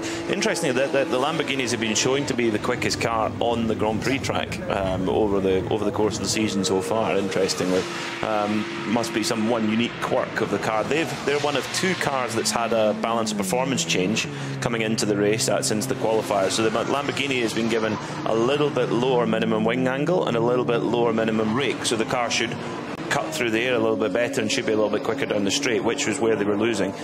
But the other car that's the big story has been Porsche. Have completely dominated the season in the Nürburgring this year.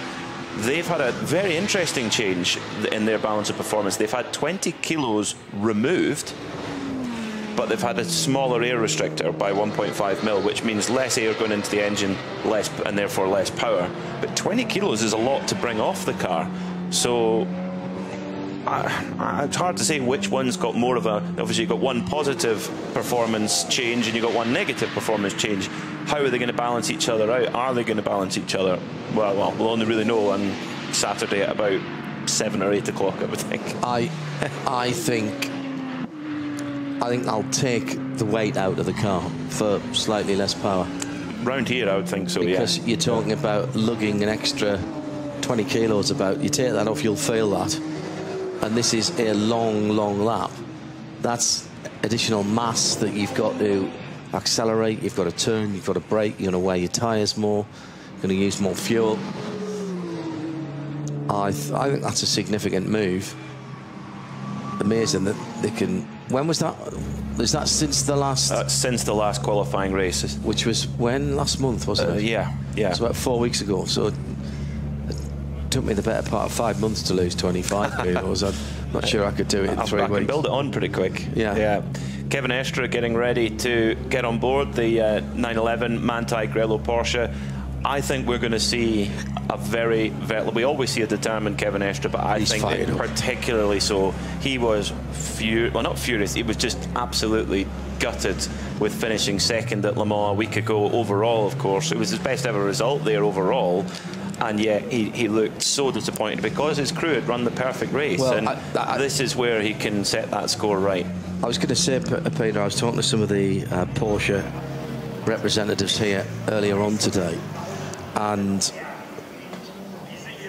they, with the benefit of 5 days since the end of the race at Le Mans last weekend, have basically looked and crunched the numbers, as you would expect Porsche to do, and Porsche Penske Motorsport to do, and they basically said, I'm not sure we could have done any more. And in fact, they said, in all honesty, we shouldn't have been on the podium. And therefore, well done to Kevin and his 2 co-drivers and the team, because we didn't have the pace there, and that car is the one that started from the back of the 21 car field. So I think they come here with at a week's remove, a bit more of a sanguine attitude towards that. The fact that they were only 14 seconds behind at the line makes that story slightly different.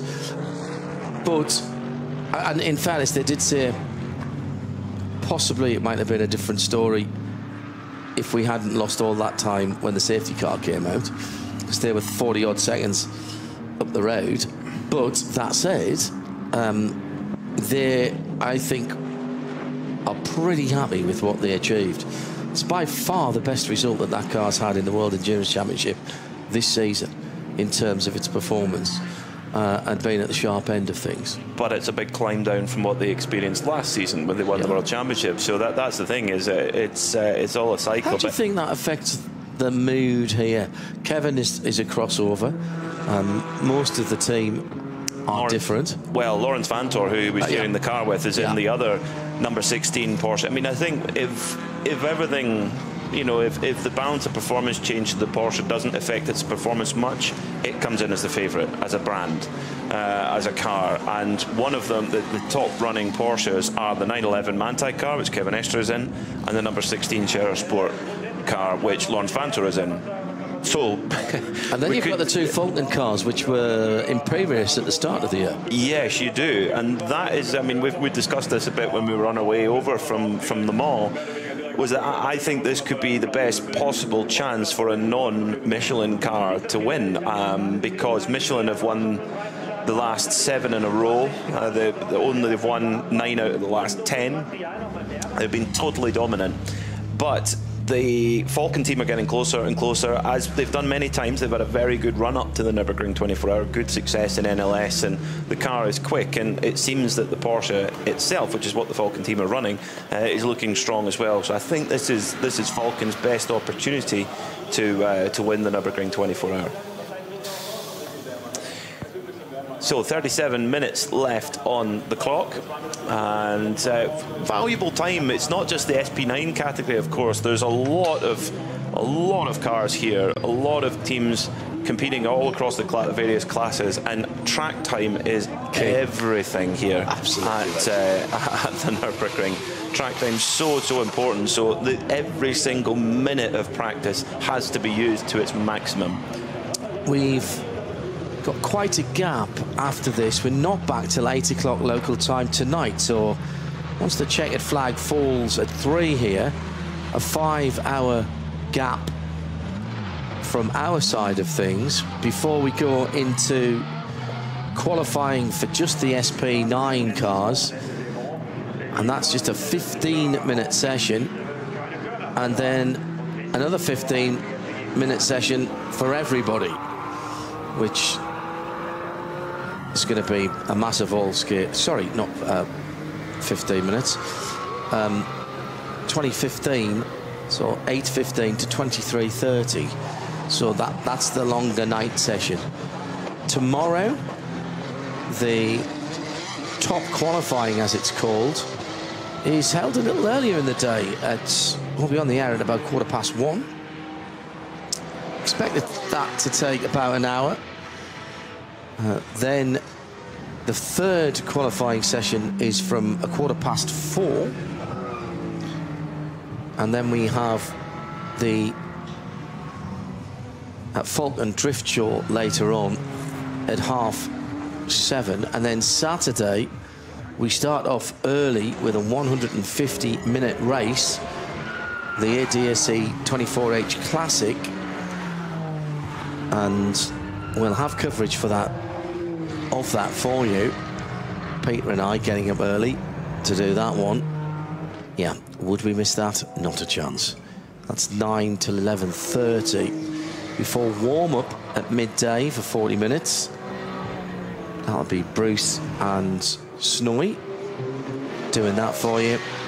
And then from 2:30, our coverage of the 2025 ADSE Ravenel 24 Hours of the Nürburgring. And that'll go on until the podium ceremonies on Sunday afternoon, probably somewhere around 4:30. It's always a difficult one to predict, Peter, because there'll be a lot of people still on their last lap, and we have seen classes and major positions within the classes decided well after 4 o'clock here. Yeah, it can be. It can be where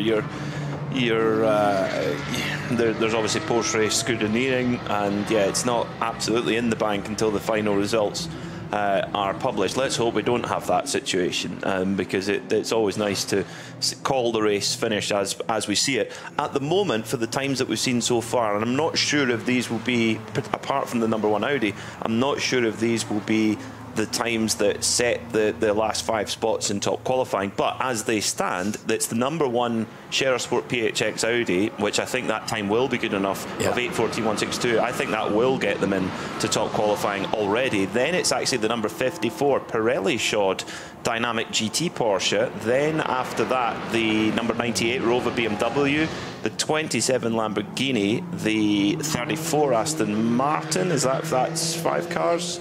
No, one more. And then the number 37 Aston Martin they will all go into top qualifying if you were to chuck out a checkered flag now and not go and do the other qualifying sessions, which of course we will. So and I think it's quite cool that we've got a part of the qualifying tonight with SP9 only, which means they can get a clear track. Yes, so important. And I think that's, Joe was touching on it, why do the cars that are already in the top qualifying shootout, why are they not allowed to go out for the first quarter of an hour or so of the session? Again, that's surely just got to take cars off the racetrack and give the other cars a chance to make that run at qualifying. Conrad's Lamborghini just having a wide moment heading in to what's often called YouTube corner at Brunchen, because there's so many people that stand there during test days. Great place to go and watch, actually. I should mention that the race night at Adana last night was extremely well attended, and as pretty much always, everyone was on their very best behaviour. Proof that sunshine, alcohol and sporting events don't have to turn nasty. And well done to everybody that was there.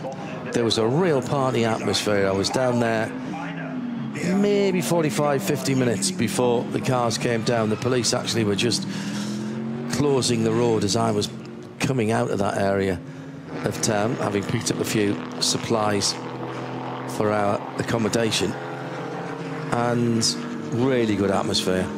Pavement stacked 2, 3, 4 deep, but everybody being very respectful to one another and to the cars that were still coming through this normal street traffic. It was bedlam by the time they brought the race cars down, but again, a good time was had by all. Well, this is a big fan event here at the Nürburgring 24 Hour. I mean, it just is fantastic, and there was a music festival here a couple of weeks ago, and the place was left in a state. No other word for it. Rubbish everywhere. That never happens in Nürburgring 24 Hour. The place is always clean on the Monday morning when everyone's gone home.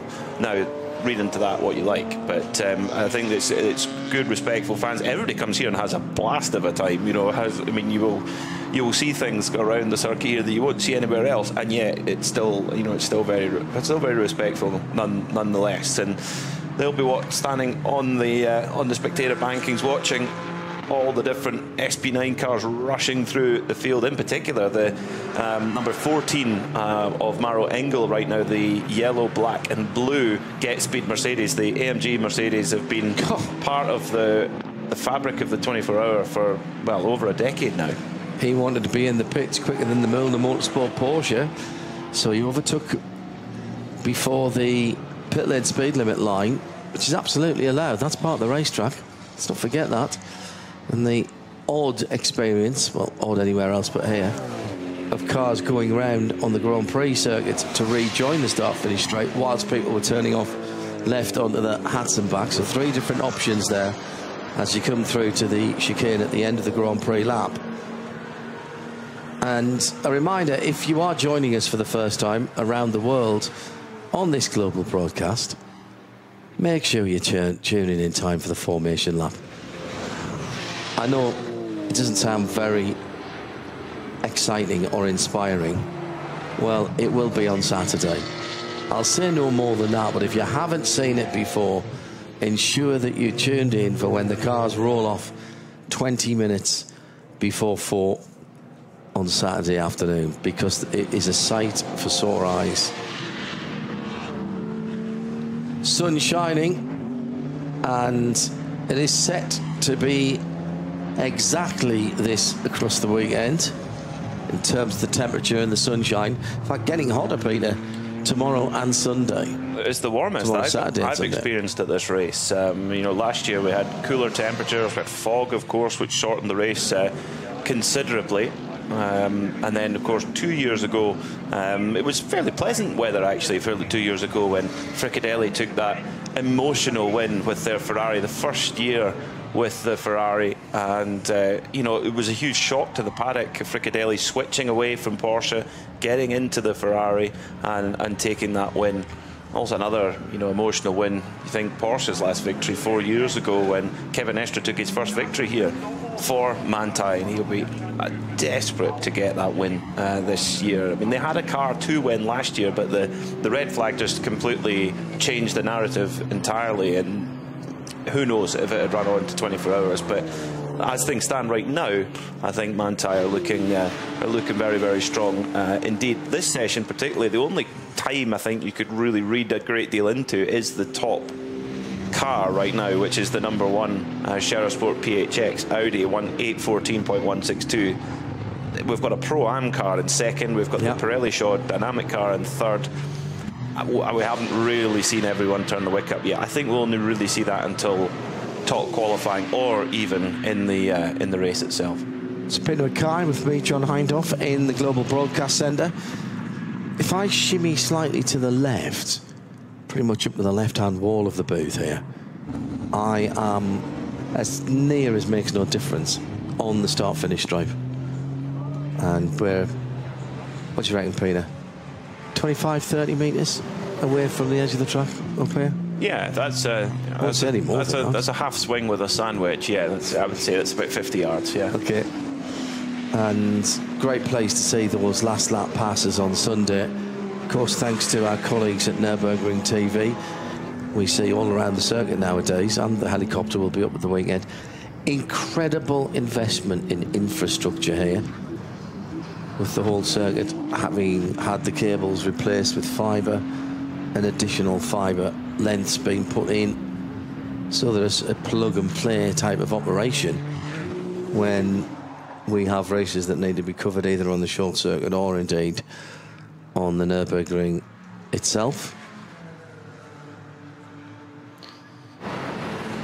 Rover BMW coming down the Döttinger Höhe just now, 4.6 seconds off the quickest time, but this may well be an improvement for Raffaele Marciello, who competed at Le Mans last week in the BMW number 15 hypercar, switching from that BMW M Hybrid V8 prototype to the M4 GT3 for Rover, a team who have won this race before with the old M6.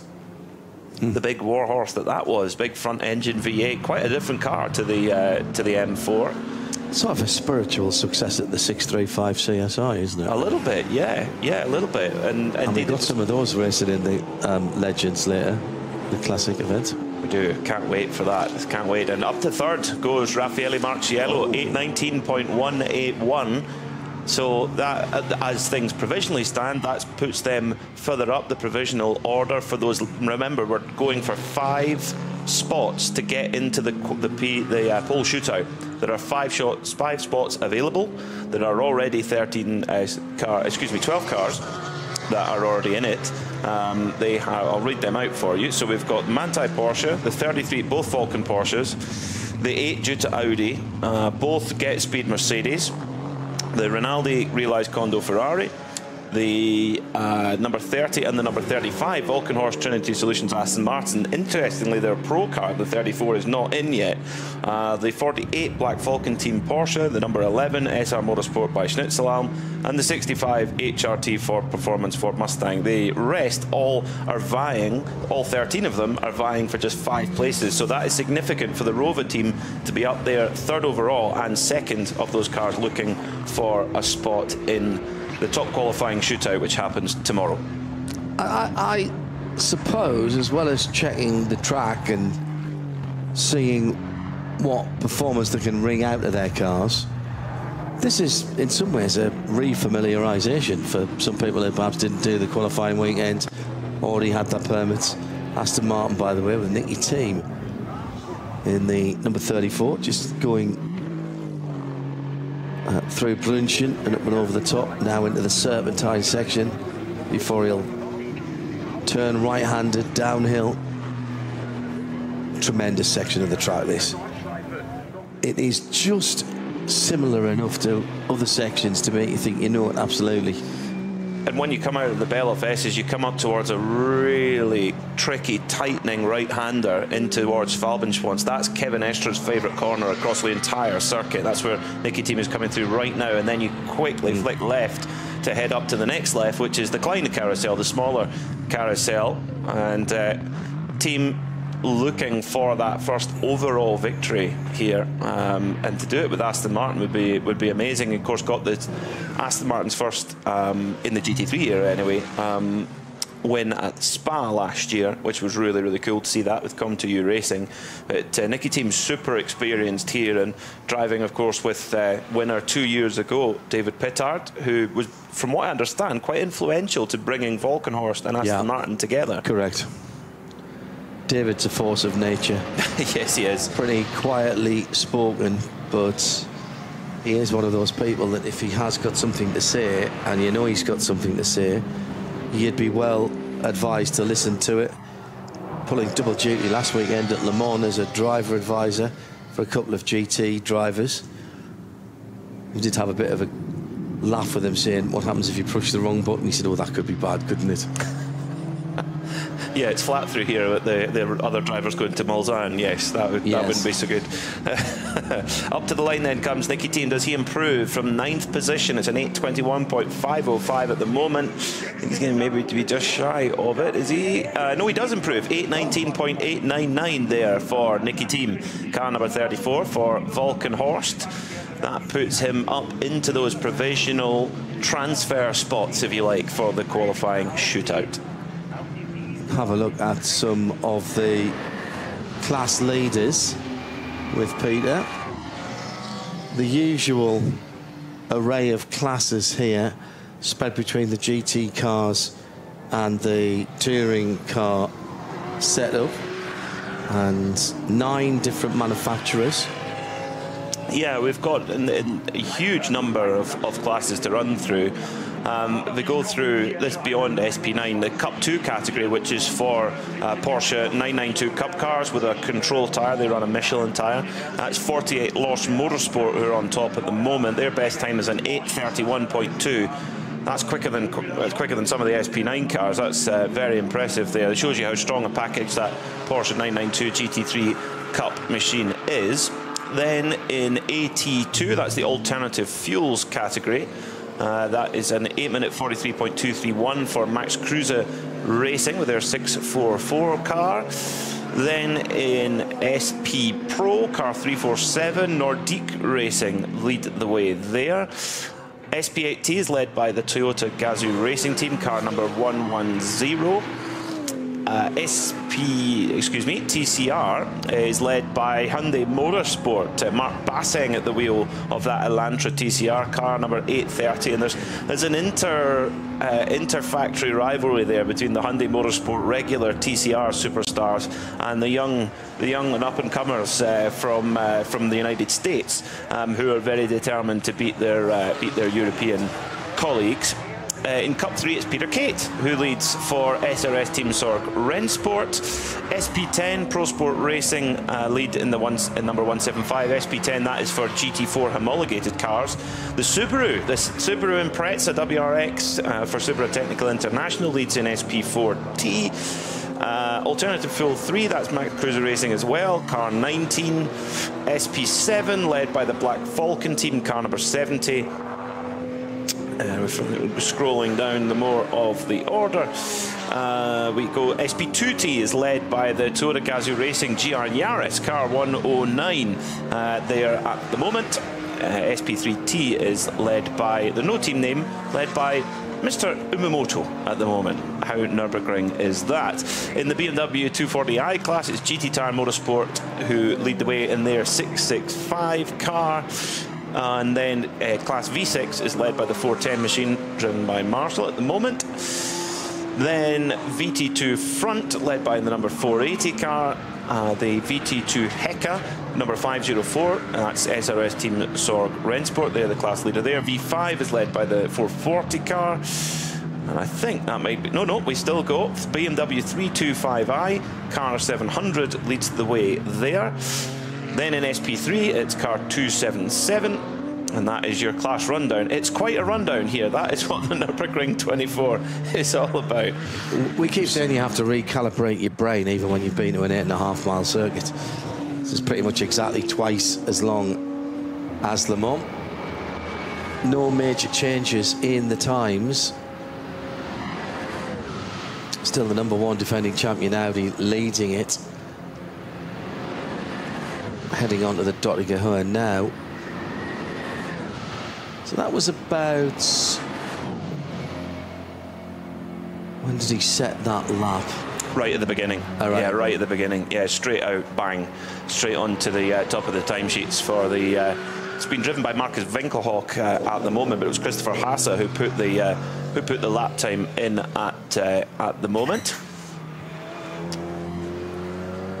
So we've got 18 minutes left on the clock here in this. There's no sessions are known as practice here. They're all known as qualifying. So we're setting the grid all the way through for the rest of the field out with of the top SP9 category. It's quite important to note that. So every lap is potential grid position, and with a grid as big as this, and some of the classes are very, very packed indeed, it makes quite a difference to be further up the order. In terms of the SP9, well, the jury is out on how important qualifying is. Of course, 24-hour race, you think how important can it be, but we do not have safety car resets here at the Nürburgring 24-hour. Every section of the track can be controlled. It could be taken to just a yellow flag, it could be a slow zone, it could be a code 60, it can be neutralised in certain areas that need to be neutralised to make it safe for the intervention teams and the marshals to work on the track. So we don't bring a safety car out. So therefore, if you lose time, you don't get it back. It's not like in, say, for the example, the IMSA WeatherTech Championship, where a safety car will come out and you'll all bunch up behind it, and you can gain back time that you've lost. Here, it's said when you lose the time, you lose it. So that is one way to look at it. However, we have seen balance performance changes happen on race morning here. It's not unusual for that to happen. So we occasionally see teams not showing their hand until the first few hours of the race. So that's something we've got to keep a watch on. I mean, when Fricadelli won it 2 years ago, they did. We were actually really concerned at how little running they'd done, thinking, did they have a problem? Actually, they didn't. They were just keeping. They had a handful of aces, and they were just keeping it very close to the chest. What I still find extraordinary about that Fricadelli Ferrari win is there was not one single Ferrari factory driver or full Ferrari factory employee involved in that. Rinaldi was helping to run the car.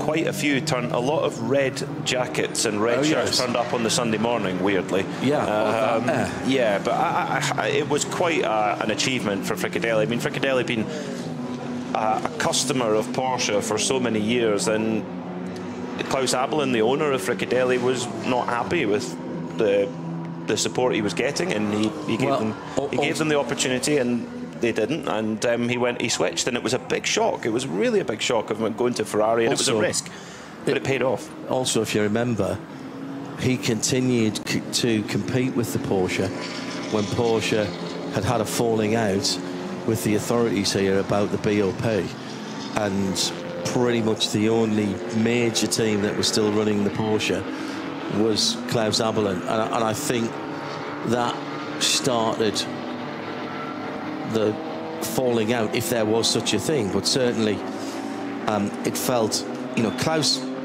basically is a racer, and he didn't like being told by anybody that he couldn't race, even if that was the people who he got his cars from. Well, the thing is, as well, is he put in an extraordinary amount of, backing to enter an SP9 car is a very, very expensive exercise, and he did so. And as you mentioned, John, 4 drivers that he picked himself. So, like you say, none of them were works drivers lent out to the team. They were all picked.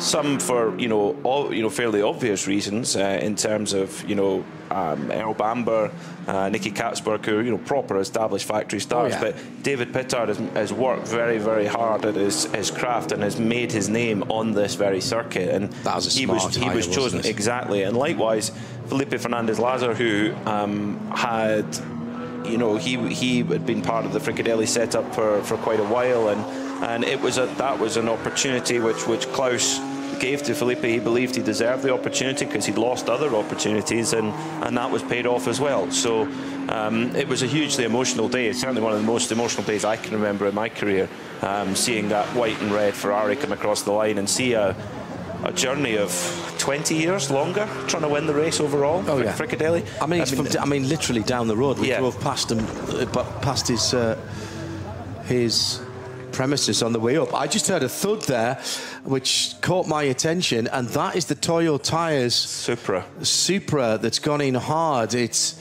Kazuto Kotaka, the number 160 car, right underneath one of the camera towers at the end of the Hatzenbach, and actually heard that before we saw it, and that was a pretty big thud with just under 13 minutes still to go. Sitting in 49th position overall. Beautiful dark blue metallic. I am attracted to a dark blue car, as anybody who knows me knows. Me too. Yeah. Amazingly, the Supra looks like it might be able to drive away, trying to pull the car. He's got a bit of rash on the side of the car. We saw a Valkyrie that had similar rash on the side of the car the other day, coming off the tourist laps and driving on the street. It was coming towards us, and we thought, oh, look, a Valkyrie, amazing. And then the Valkyrie came close, and then on the left-hand side we saw, oh no, there was just scuffs all along the whole side of it. Grello in the pit lane, and the front end receiving some attention. New set of Michelin's going on. Actually, that's the same tyre coming off, but have they had a wee bit of a drama? Was in the mid-20s. Kevin Estre has hauled it up to 14th position. It was 22nd when Kevin Estre took that car out. Ayachan Guven did the early part of the session. Kevin Estre has taken over. Obviously, Thomas Preining, the Austrian driver, and Patrick Pilet, the other driver. You'd say that was a decent lineup. Now we've got a GT4 Cayman off as well, and that is a Cup 3 969 car. It's one of the Zork Rennsport cars, and that's got suspension damage to the left rear. And as I say, it's the number 969 car. Interesting, Patrick Pilet, he's got a very, very good chance of winning the race this year because he's in 2 cars. He's in car number 16, the Sherasport PHX car, and the Manthey 911 too. So, couldn't really ask for much of a better opportunity, really. What about the regs in terms of how much time you can spend in each car? Because that's quite crucial. That I haven't checked yet. So, issue for that Cayman was at the Belle of Esses, which is a very, very fast part of the circuit. Yes, you come out of Flansgarten and then into the Belle of Esses. It's fast. Very, very, very Even fast. In a road car, that's fast. Yeah, I mean, in an SP9 car, you're pulling over 250k through there. So and you won't, you know, the Cayman GT4 will not be slow either, and that will give the crew a lot of work to do. SRS Team Sorg Rennsport have a lot of cars to work on as well. They've got, actually, I think they're the only team who have got 2 garages because they're running so many cars. Them and Adrenaline. Have they got 2 as well? 2. They've got the last 2, I think, on pit out, bar 1 car.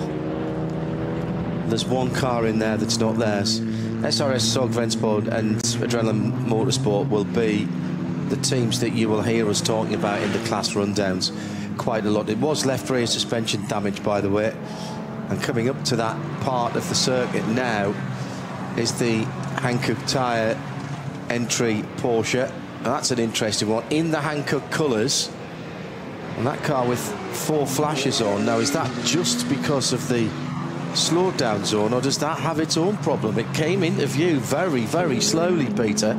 It's double yellows here, so that's Marco Holz's Hankook Competition Europe machine. So in SP9 for the number 55 car. This car, there's the white, black, and orange machine. It's a fantastic livery, and it's when we saw it in the pits yesterday when we did our pit walk for Mittwoch Motorsport, as it's now going to be known as, they had a couple of toy Tigger sitting on the roof. So I wonder if the car has been called Tigger. It's certainly Tigger colours. Tigger, the Disney character, that is, of course. I think there is a problem with that Hankook car. You're right, John, because some of the other cars have gone streaming past. So, and I don't see any damage to the tyres, so it could well be something different there. It's a bit of a worry, isn't it? There's quite a few. Porsches are quick, but we've seen a few with problems already in this opening session. It's not a particularly long session, and we're an hour and 52 minutes in, and we've seen a couple of problems for the Porsches. So, a couple of quotes coming in. Norbert Siedler, who is in the Audi GT3 Evo 2, the number 84 car. I'm happy to be back. Haven't been here for 3 years. And actually, I didn't want to drive anymore, but then I got a call. It all has seemed cool to be here in the past. Being in a team that's for Austrians is, of course, fun. We'd rather not talk about the weather because you never know at the Nürburgring, but it's looking good. We hope it stays dry. Although we're well positioned in the rain with Michelin. First of all, we want to get the blue light and make sure we get into top qualifying. If we end up the top 10, we'd be satisfied. That blue light, actually, don't all the SP9 cars get a blue light now? Good question. Because they changed that a couple of years ago. He's been away. He's been away a little while. Yeah, I presume it must mean that you got to get into the top qualifying then by what he's saying there. But the idea is that I was sitting in the driver's briefing this morning, and there is no blue flags here at night. There is during the daytime, but not during the night. And the replacement of that is the top SP9 cars have a flashing blue light in the to warn cars behind them that they're coming, because in the dark trying to judge the closing speed is quite difficult, and the speed differential is just enormous between some of the lower class cars and the SP9s. A lot of drivers talking about how lovely the weather is out there and how they're enjoying the weather. Interesting. Who did I just see that was saying that they hadn't used new tyres yet? They've been, it was the number 175 GT4 Aston. Yeah, that's probably understandable. Some of the teams have infinite budget where they can throw new tyres on whenever they like. Some of them don't. This is a very expensive exercise for a privateer team, so some of them might keep their tyres for a qualifying run later in the week when the track's rubbered in a bit more. They might think we're going to do it in cooler temperatures because the temperature is pretty warm out there, so they maybe want the track to cool off a little bit. If you've got the resource, perfect, throw them at the car, but it's not always the case. amazing to see the blue oval here at the Nürburgring. Yes. They belong here, racing in Germany, and it's wonderful to see them Ford pair up with one of the top teams here at the Nürburgring, HRT, Haupt Racing Team. At the moment, the top running of those Ford Mustang GT3s is in 16th place. It's just been brought into the pit lane by 3-time Nürburgring 24-hour winner Frank Stippler, who has jumped across various cars this year, but he's settled in the HRT squad with that Mustang for this year's 24-hour race. Can he make it a 4th win? Well, that would be quite a story for Ford to win on their debut here. But at the moment, their quickest time is 10 seconds off the top time. But I wouldn't expect to see them put some big lap times in early on in the week. And finally, Peter, onto the start-finish straight, but of course not able to come directly into the pit lane. Here comes the Hankook Porsche. They cannot get access to the pit lane here, and in fact, as they come into the front straight, there's a Golf TCR coming out onto the start line. Those corns will not be there during the race. We have to keep making that point. This is only for these early sessions. That's right, yeah. So it's just for the early sessions for the qualifying. Basically, it means that you can go. You don't have to go all the way around the Nordschleife to actually start a flying lap. So that's the idea: is that you loop, you cut out the. And you don't have to come back through the pits either. Yeah, exactly. So you can just get on with it and get your flying lap in. It's a really good idea, actually, fantastic idea. And then, but in the race, you of course will enter the pit lane in the normal way. As we have the track at the moment is far too covered in yellow flags and slow zones and code 60s for any representative outline lap to be set. Although we have a really clever thing on our timing screen which gives us a theoretical best. So it basically pairs up all 9 sectors and shows you what the ideal lap time would be. Now, but it is still by far and away quickest for the top car, number 1 Cherer Sport PHX Audi. But further down the field, you can see that the 34 Aston, its ideal time is an 8:15, but the rest all hovering around 8:18, 8:19. So we still, how much of we have not learned a huge amount from this qualifying session. Well, I'm not sure the teams actually have either, Peter. I think they haven't driven. I think it will actually be a really useful session because they haven't driven in anything like these temperatures yet this season. Well, that is a fair point.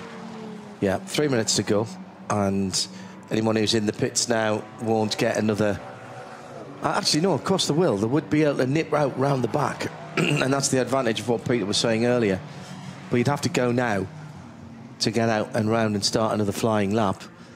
The Falcon 888 and the Porsche alongside it. Falcon have down through the years been great supporter of this event, and I think I'm right in saying that every year that we've been here, so that was from 2007 onwards, Falcon have had some interest in the race. They are the official tyre sponsor of the race. Left rear puncture on the Hankook car, and it didn't get all the way around the Grand Prix circuit. But at this point, with 2 minutes to go, it doesn't really matter. They'll use one of the snatch vehicles to pull that out of the way. He's ran past the Hook at turn 1, and they can drag him back into the pit lane there. That's quite amazing discipline from Marco Holzer for the tyre to just slowly deflate. They probably would have got a warning on the dash that the pressure was dropping, and instead of pushing too much like you would in the race, actually just limped it back very slowly, and the air has slowly gone out of the tyre. And what he's done there is avoided any damage to the drive shafts, to the bodywork. Looking at the Hankook competition mechanics, which I believe have a bit of help from Manthey, are going to be very happy with that. Spin for the multicoloured, one of the 2 multicoloured Astons, and that I think is one of the SP9 Pro-Am cars. Yes, it is. The Trinity Solutions GmbH car, and it's you've got the entry list there, but the entry list is there's two pages. Now the car number 30, yeah, that is for Trinity Solutions. This is the Valkenhorst team coming down into the Goodyear hairpin. It's just actually quite a quick hairpin because it's quite positively cambered and just loops it around. No harm, no foul. If you're going to make a mistake, make it on the Grand Prix track. Don't make it on the Nordschleife. Well, and you can actually just get back quicker as well, can't you? Because once he gets that fired up and pointing in the right direction, it'll be grand there. Yeah, it's Christoph Breuer in that car, who was entered on the 786 Lamborghini as well earlier on. Now, I'm not entirely certain if he still is on that Lamborghini. Yes, he is. So he's got. Excuse me, no, he's not. It's Jörg Breuer who's in the number 30 Trinity car, and it is Christoph Breuer who's in the Lamborghini 787. So they're driving along with the team boss, with Henry Volkenhorst himself and Stefan Aust and Christian Bollrath in that number 30 Aston Martin Vantage AMR GT3 Evo. They've got the new Evo package, which was launched last year, and not all the Aston Martin teams have it. A few of them running in the older configuration. That is effectively the art car for the RTL television telethon, the donation marathon, as it's called, for children's charity. There's two cars in those very distinctive colours.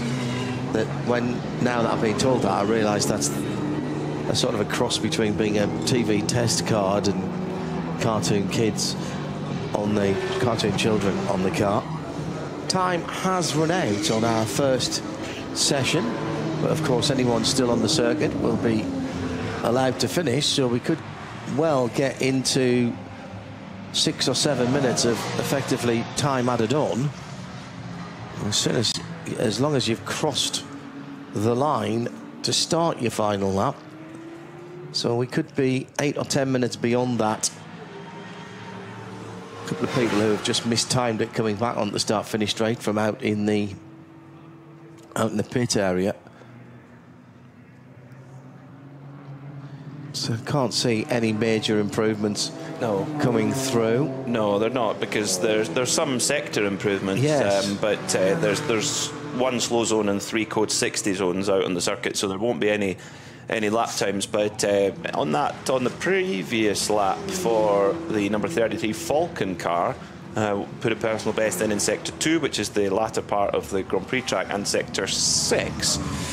Sector 6, which is the run from just coming out of Exmühle up to Kesselchen. So that's a good idea of straight line speed up the hill and torque, actually.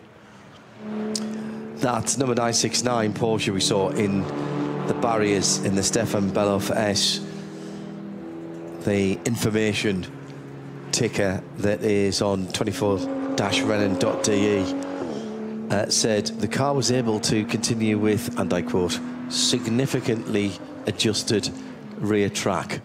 Yeah, and a bit of additional rear steering that I don't think Porsche at Weissach had built into that GT4 RS.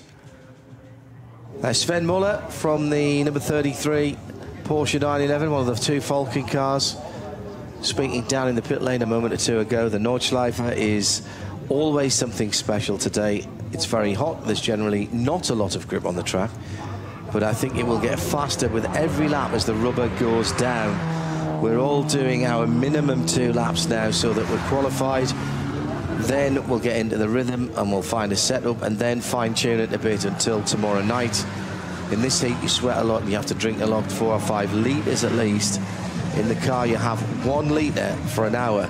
So that means when you get out, you're usually thirsty. That means you just haven't been able to drink enough. That is going to be a problem this weekend, I tell you that, because it's not getting any cooler, Peter. No, it isn't. No, it's quite sticky here at the Nürburgring Nordschleife. So the drivers at the front of the field, they are proper professionals. They know exactly what it's about, but it's quite a different challenge to what they faced at Le Mans a week ago. Much more mentally challenging over a lap. So much easier to make an error, and the consequences of an error are pretty significant here too. Interestingly, Mattia Drudi is going well in the number 34 Aston Martin for Volkenhorst Trinity Solutions. That is going, he's just set an absolute best through sector 3, which is basically from the Sabine Schmitz curve all the way down to the Kittelbacher Hohe just before you turn into Flugplatz. So that's a good indication of, I would say, mid-speed corners. Lots of changes of direction there through the Hansenbach, and yeah, Drury looking good through there in the Aston Martin. Hard to say really what they've got underneath them, but he's put a very strong time through that part of the circuit. That Aston Martin that we were talking about earlier on was neither a GT3 or a GT4, as we said. It was running in the different track because it was one of the old GT8s. The GT8R, actually not even that, because it didn't have the... I know it did have the big rear wing on, that was it. I should have known that because I raced one of those all the way back in 2017. Ah, was it that one, was it? Okay. I don't know if it was that one. I know that car has been... I bumped into my old team manager, actually chief engineer and team manager I bumped into recently. Simon was my chief engineer on that car. I bumped into him at Le Mans, and I bumped into the legend that is Rebecca Kiesler, who was our team manager earlier this week. And so that number 140 is a GT8R. No, it doesn't say that on the entry list. No, it's down on the entry list as an AMR GT4. Yeah, I as you said, though, it is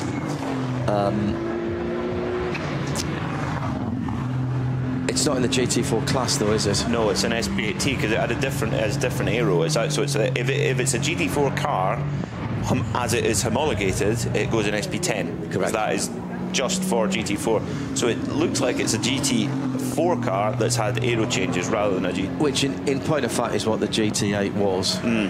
But it was not. It was kind of refined for here. Much bigger rear wing, which it gives you a lot of stability here, but it does make you slightly slower. Made us quite slow down the back straight at Kota in that car. Our hashtag this weekend, by the way, at RSL_studio, RSL19N24. RSL19N24 is our hashtag. Matteo Drudi now touring in. Slow zone. Still in the slow zone for that incident earlier. But on that final lap, Drudi showing a little bit of what they've got underneath them in that number 34 Volkenhorst team. This is year 2 of the programme, and they didn't really get the chance to show their ability last year because they were involved in an incident on the opening lap. The drama of the opening lap last year, when we had changes on the grid up to the very last minute. Do you go on dry tyres? Do you go on a cut slick? Do you go on a full wet? And is it going to rain more? Is it going to stay the way it is? It was so tricky, and the Volkenhorst Aston got together with the Get Speed Mercedes on just a difference in tyres between the two of them. The Volkenhorst car was on the drying wet Michelin, and the Get Speed car was on a cut slick, and they got together at Adner Forst, and that just held the Volkenhorst team back, and they weren't able to challenge, unfortunately. But we'll see how they go this year. Intriguing session here, I would say, with the number 1 Scherer Sport Audi going on straight out and putting in that hot lap, taking advantage of a clearer track. 8:14.162. That is the fastest time we've seen in this opening qualifying session. Will that be enough to get them into those top 5 transfer spots into top qualifying? Possibly. And if you've just joined us and you wonder what we're talking about, there is what amounts to a single car runoff. We don't wait for the cars to do the whole lap, but everybody gets set off at 10-15 second intervals, and that will set the front half of the grid. That comes up tomorrow, and there are 5 spots left in that haven't been taken up by a relatively complex calculation of the NLS and qualifying race results from the earlier part of the season. It only applies to the SP9 cars. Everyone else will qualify with their times in the qualifying session in the other classes. But there's nothing to stop an SP9 Pro-Am car getting into there, and they would be allowed to take place. take their place, should I say.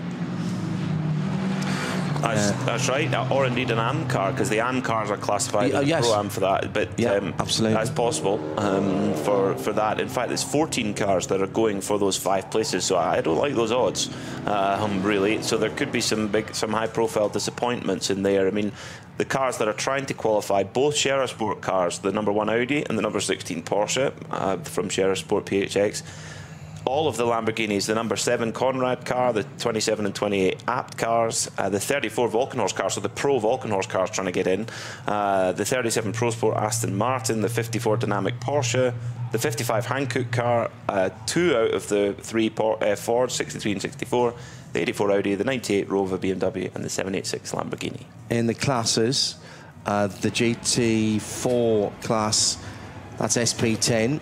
It was 185 ahead of 187 and 67. I'll let you look through because I'm going to rattle through these. In GT4, 175 Aston ahead of the 187 and the 67. In the smaller Porsche Cup class for the GT4s, it was 959 ahead of 962 and 977. In the BMW M240i Racing Cup, the 665 ahead of the 650 and the 658. In the 992 GT3 Cup class, 948 ahead of 901 and 900. Max Cruiser racing with the top 2 in the AT3, 19 and 76 out of the 808, and the 100 BMW 325i heads its class. We'll take a break from track action here at the Nürburgring for a little while, and we'll be back in action with the SP9 cars at 8 o'clock this evening. Join us then. Bye-bye.